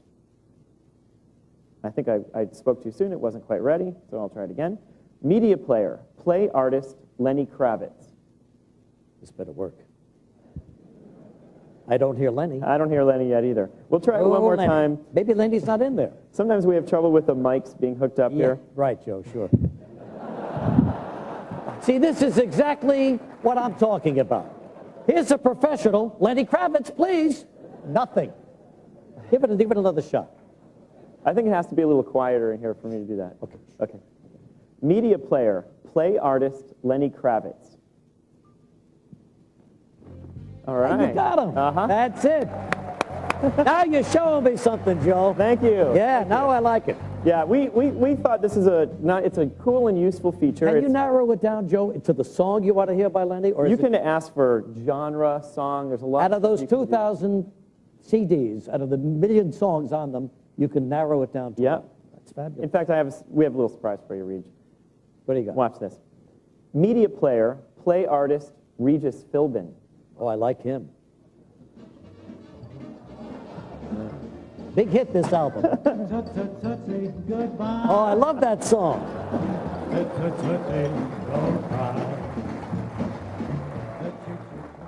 Who needs Lenny Kravitz? Yeah, there you go. Okay, so you get the idea how digital media and music makes all this stuff possible. It's incredible. It really is. And I'm just going to exit out of this. The next thing I want to talk about is video. Because with digital media, you know, there's photos, there's music, and now there's video. We have a Sony camcorder here. I'm just going to turn it on and connect it to the PC. And the Windows XP PC will recognize that I just attached a device. We're connecting this to that. Exactly. Okay. I could have attached a regular camera, and what Windows would do is it would prompt and say, well, what do you want to do? You just plugged in a camera, what do you want to do? And it gives you a list of choices. I can record video using Windows Movie Maker. I can edit and record video using Adobe Premiere, software that's created by Adobe. I can capture and record DV movie, the digital video, using Sony's DV Gate Motion, which comes on this PC. So I have a range of choices, and lots of companies are providing those services. And what I'm going to do is I'm going to open Windows Movie Maker, because I want to show you what comes with Windows XP. These are the movies you make. Exactly. Okay. So what I've done actually, just for expediency, rather than capturing all the video here, I captured the video earlier, and I started working on a little video project of my own. I want to show this to you, and I'm just going to finish it. So these are clips that I played from the camera into the computer. I'm going to grab one more clip here. You're going to do editing right here? I'm editing right now. I just dropped the clip in, and we have some Lenny Kravitz. You know, we Again, thought Lenny about Kravitz? we thought about putting Regis in here, but somehow we No, didn't think that's it all would right. fit with the theme of this. I know my place. Video. Okay. So now I've done my little editing, and then if I want to see it on the computer, I can just click play right here and watch the video on the computer. So now you're adding the music to your... I just added the music. Fabulous. This was a nice summer day in Seattle. Yeah, you can...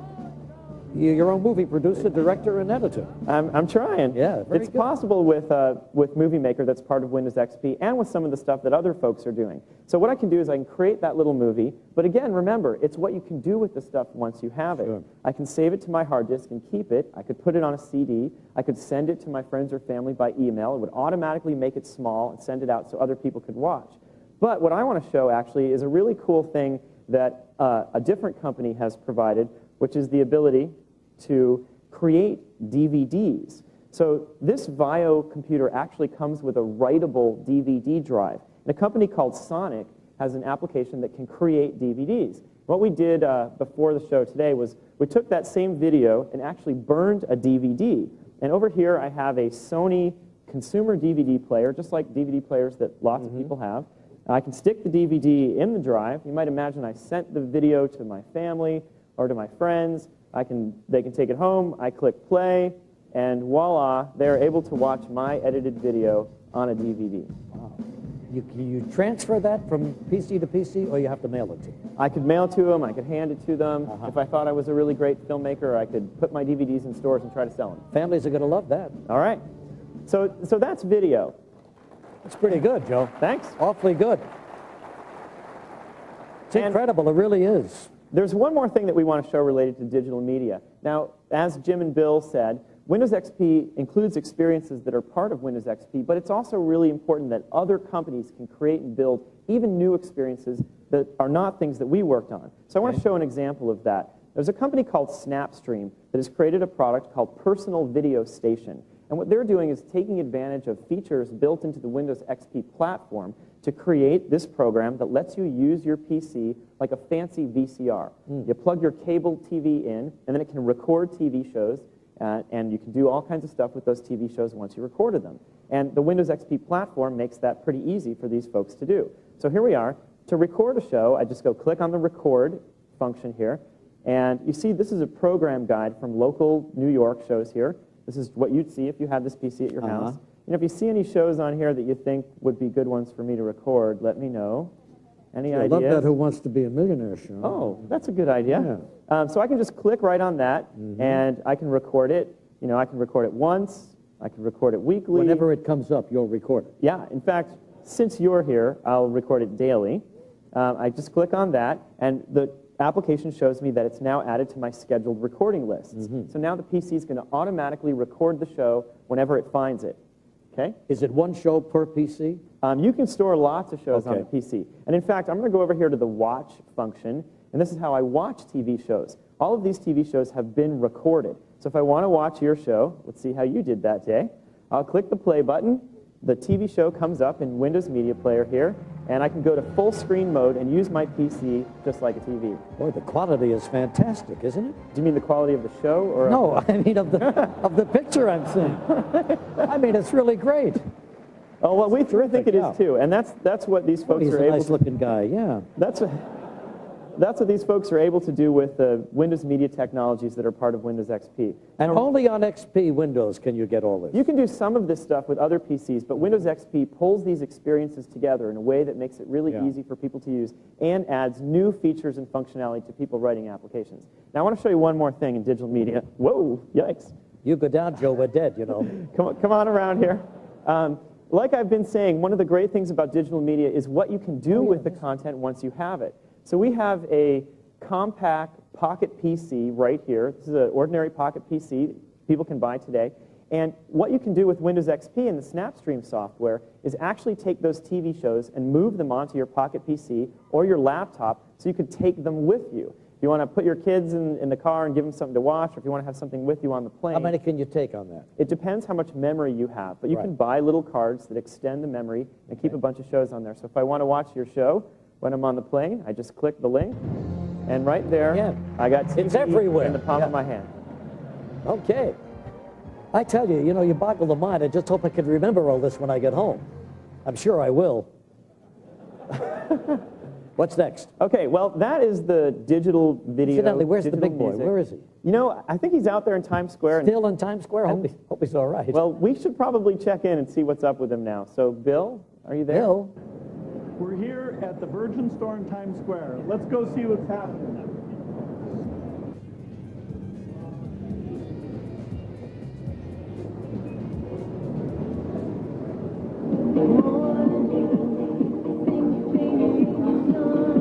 Great. I think I'm going to ask the expert a question about what to get my executive committee for their stocking stuffers. Hey, Bill, I know some people say you put the square in Times Square, but if you're looking for a rockin' holiday season, try any of these. Hey, thanks. My pleasure. Pretty amazing they got Casey Kasem to do that.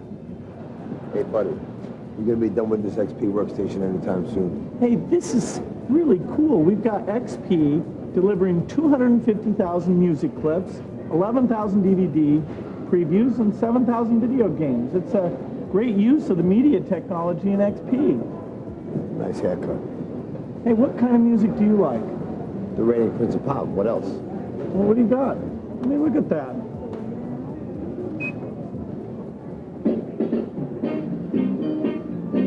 Hey, the classics never go out of style.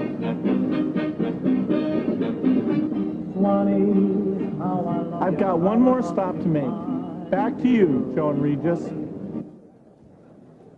Well, those guys have great taste in music, don't they? Actually, it was the guy with the tattoos who wanted to hear me again. So, this is a little video machine here, the video thing I'm hearing about, where you could talk to someone and see them at the same time. You got They it. can see you. You got it. Can real people do this too? Yep, and you're going to do it now. Okay. Okay, so what we have here is a Compaq Evo laptop, and we're going to talk about real-time communications and how Windows XP lets you communicate with people in real time. Okay. So this is an inexpensive webcam, and this is Windows Messenger. And I'm just going to get you started here. We created an account for you. This is your account. We put some buddies in there. These are the people that you might want to communicate with frequently. And in fact... I see. Go ahead. Yeah, there you go. Bill is one of them, and he's online right now. Good. So I'm going to double-click on Bill. And here we have a conversation window. We can have a conversation with Bill. Now, there's lots of different ways that you can communicate. In fact, you see, Bill just typed, "Hey, Regis." So if you want to communicate with him by typing... Yeah, but I can't type. Okay, I got this. How about this? Hi, Bill. There you go. Isn't it easy to just make a phone call? Well, you know, in fact, since you're a guy who's... There you go. Since you're a guy who's really more into talking... I want to talk. Well, let's just do that. Yeah. So rather than messing with this typing thing, if it's not what you're comfortable with, then all we have to do is move the mouse over here and click Start Talking. And what we've done is just like a phone call. We've asked Bill if he wants to talk to us, so imagine his phone is ringing, and on his end, all he has to do is click Accept to accept the call. And he's got one of these set up wherever he is. He's got a microphone where he is. So in fact, he accepted, so you should be able to talk to him now. Try it. Hello, Bill. Bill? Hi, Bill. How you doing? I'm doing great out here. Everybody loves me. Oh, you're out on Times Square, but I can't see him. Where is he? Well, good question. So if you want to do that, just why don't you move the mouse up there and click Start Camera. Down, right. Start camera right up there? a little bit. Yeah. Right there. Okay, now here's where I usually get... Right there. You got it. And so now you've asked Bill... Hang on, Bill. I'm getting you on... Regis, can you see me? Not yet. He'll be popping in here. Hello, Bill. Is he going to come on soon? Well, he might be having trouble with his camera. See what I mean? Every damn time I do this, these guys have spent millions of dollars putting this together. I just screwed up the whole presentation. It doesn't work for me. It's not you. I'm sure it's the fact that we have this extensive staging here. What we're going to do... Maybe Bill's doing something wrong. You ever look at it that way? It could be. I'm going to try stopping the camera and starting again. 'Cause Okay. he's out there literally on the street. This is and like it's Lenny Kravitz possible all that over his, again. It's Okay. possible that his camera's not plugged in or not quite working right. Tell me when to press the Now, mouse. he should be getting his request there. Let's see if his camera comes in. Little picture. Well, that's me. That's you? Okay, well, unfortunately, it looks like Bill's camera is not working. Do you understand? I understand. Do you understand what the problems are here? I understand. So, what happened? Oh, actually, good news. What did he say? Bill's assistant is out there with a backup machine. I'll and talk to camera. anybody. So let's try that. Get me a Koch back. We don't care. We're going to go here and do start camera. And now we're asking Bill's assistant to do this, and hopefully this camera, there we go. Does Bill's That assistant have a camera's name? working a little better. Oh, there's Bill. There's Is Bill. that Bill. Yeah, Bill, how are you? I see you. Yeah, we finally got to work in here. You look terrific. Hey, it's great out here. Yeah, who is the guy with all the tattoos? I really don't know him too well. I ran into him in the store there. He's a big fan of yours. Do you still have a wallet on you? You bet. Okay. All right. I'll be back soon. All right, good, All right. Bill. Hurry back. All right, let's move on. Now, that's real-time communications, but what I really want turn to this do off? now, we can just leave it. Okay. I want to come over here to this machine and talk to you a little bit about how other folks can create solutions using this Windows Messenger technology. All right. So it's not just what we put in, the video, the voice, being able to share applications, but it's what other people can do too.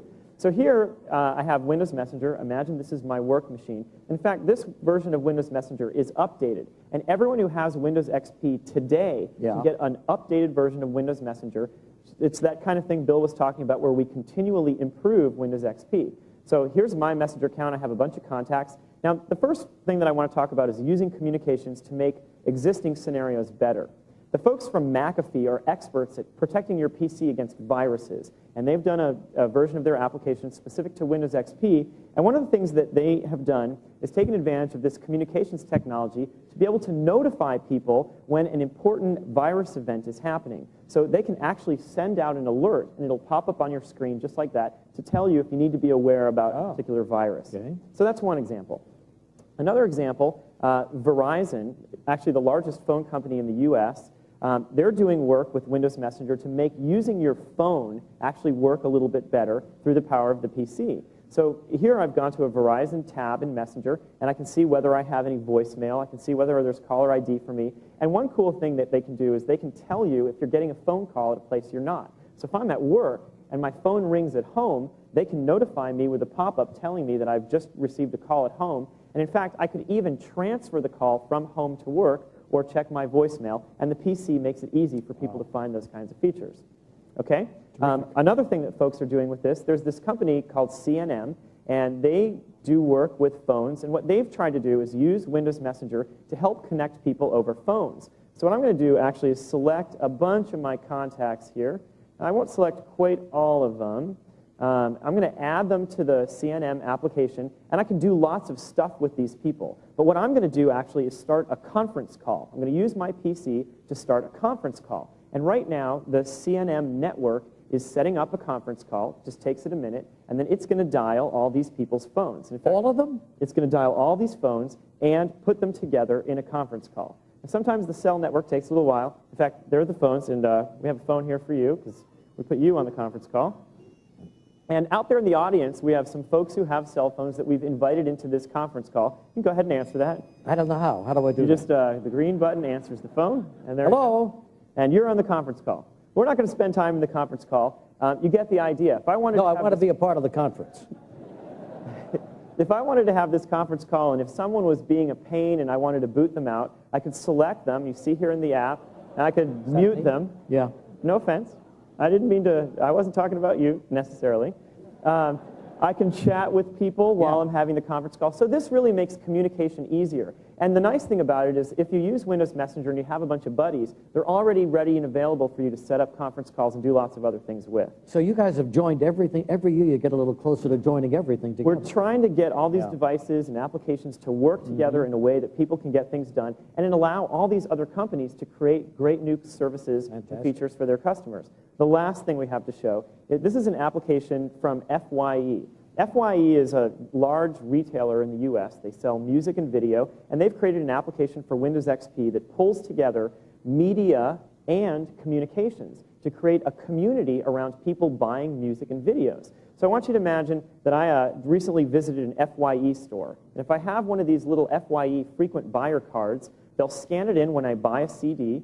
So imagine I just bought this Everclear CD at a store. And then when I log onto my PC, I can go to their application, click on, right here it says these are albums that I recently bought. I can click on this album, and literally from any PC, click on listen to the music and be able to listen to my music wherever I am. So FYE is working with the record companies to make this kind of music, be able to distribute music to wherever you are on a PC, a reality today. That's one of the things that it'll do. It'll let you get your music anywhere. Another thing that it does is it creates a community around your friends and your family, the people who are your buddies. So you see right here in the FYE program, I have my buddies. I can see which ones are online. I can send them an instant message. I could conference with them and see it right here. But the other thing that I can do is I can tell which of my buddies have what albums. So in this example, my sister, Nancy, actually owns this album. And in fact, I heard it at her house, and that's what made me decide to go out and buy it. And if I want, I can share the list of music that I bought from FYE and have my buddies share that with me. So here it's telling me that my friend Chris Dangler has shared his music collection. So what I can do is go over here, load up Chris's collection, which means the list of music that he's purchased, and I can bring it to your computer? Well, I can look at the music that he's bought and see whether that gives me ideas for music that I might want to buy myself. So I can see here, you know, Chris is into Sting, Everclear, so that might give me an idea of what to buy. And finally, maybe I'll remember that Chris's birthday is coming up. I can see his wish list, navigate to something like the Shrek video, and if I want to preview it, I can just click on that, click Show Trailer, and the FYE servers will download the content in a secure way so that I could view a trailer for a video right on my PC. You know, it just boggles the mind. It really does. So that gives you an example of how the platform capabilities allow other companies to create lots of great solutions and deliver them to people from media to communications and so on. So that's about it. So we should wrap up. And actually, I expect Bill will be back here somewhere. Where do you think he is? I think he's probably on his way back to the theater. Are you feeling like this is all going to work? Yeah, here's Bill Gates, everybody. Look, he came back safe and sound. Yeah, it's great out there. So Regis, how did you like Windows XP? Well, I got to tell you, I learned a lot. And you know what I learned most of all?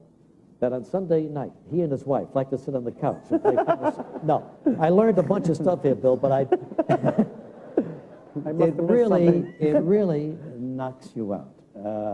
I guess the people who are more familiar with it are really impressed, and I am too, but I must tell you, there's a lot to learn, but it's easier this time to learn it. You made it a lot easier, and that's the key for me, simplicity. All right, well, you've done a great job with the product launch. I wanted you to have, as a cheap product launcher, one of these jackets. Oh, how nice. All right, fine. Look at this. I'm proud to be a part of it. Thank you, Joe, for everything. Thanks for your help. Thanks, Bill. Thanks, Joe. Good work. Good luck. Thanks. Look what I got, Joe. Well, during the demonstrations, I hope you got a sense of the breadth of partners that we're working with. In every one of those, you had many companies with new software, new services. Many of those are partners that we've had for many years. Many of them, like Verizon, FYE, Nikon, are people that are new partners to Microsoft. And when you build a platform like this, you've got to reach out. We've been doing that before the launch of the product. We're going to keep doing that because that's going to be very key to the success that comes together here. So more partners than easily fit on one slide, but a lot that goes into that. At Microsoft, of course, we are building some key products that show off Windows XP. Office XP, perhaps the most important one of those, was built assuming Windows XP would come along, and it shows it off quite well. We'll also have a new release of our online client, MSN version 7, with rich photo connections, rich communication connections, and a national broadband offering that is shipping at the same time as Windows XP, and of course was designed to take full advantage of it. So all these things on top of Windows really just extend the experience. Where are we in terms of momentum? Well, in business, we've got a lot of major businesses that have moved even faster than we expected to get out there with deployments. Wells Fargo, Citigroup, BMW, Reed Elsevier, Anil, Commonwealth Bank. Worldwide, people are seeing the reliability having a quick payback for them, and so they're fitting it in to their upgrade cycle. That continuous improvement is very important to them. From consumers, we have the most pre-orders ever on this, 100,000. So those are huge numbers, actually more than twice what we have with Windows 95.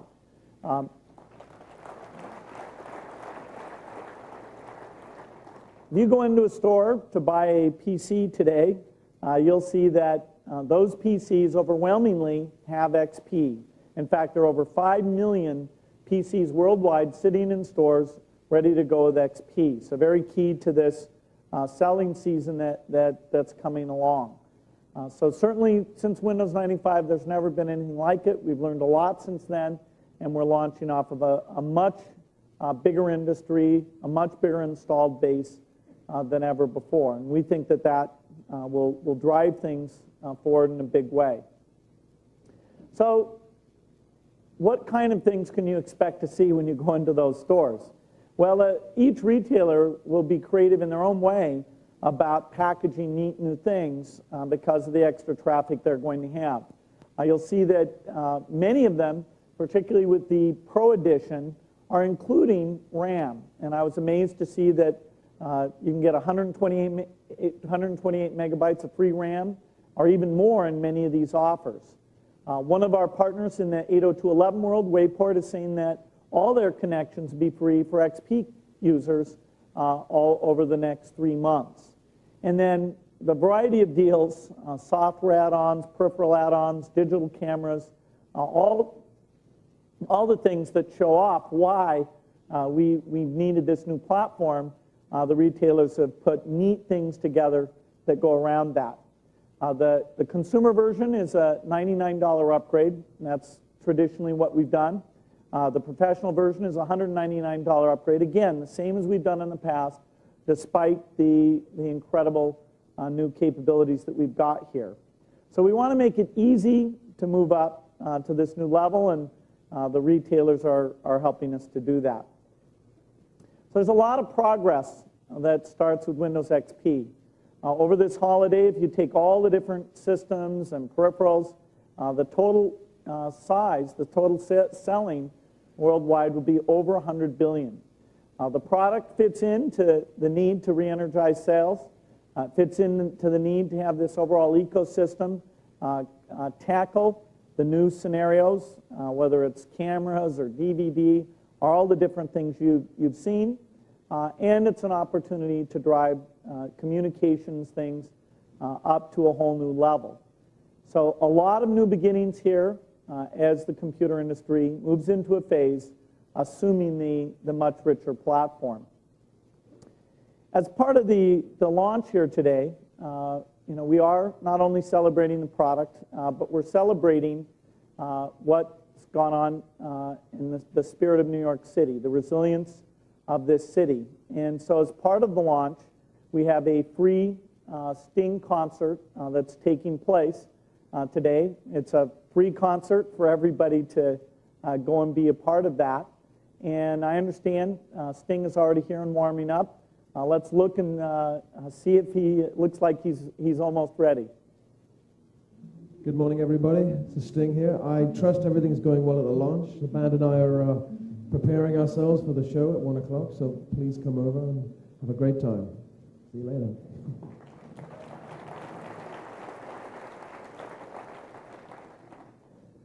So we're very excited. We're focused on providing innovations in software, driving the continuous improvement for a much better experience. And there's a lot going on here that speaks to this decade and what's going to happen in this decade. We can kind of sum it up in terms of saying, yes, you can. Neat new things, better ways of working together, driving the industry to help with productivity throughout all sectors of the economy. So it was wonderful to have you here today. We've had a lot of fun with this launch. It's fantastic, and please come celebrate with us at Bryant Park. Thank you.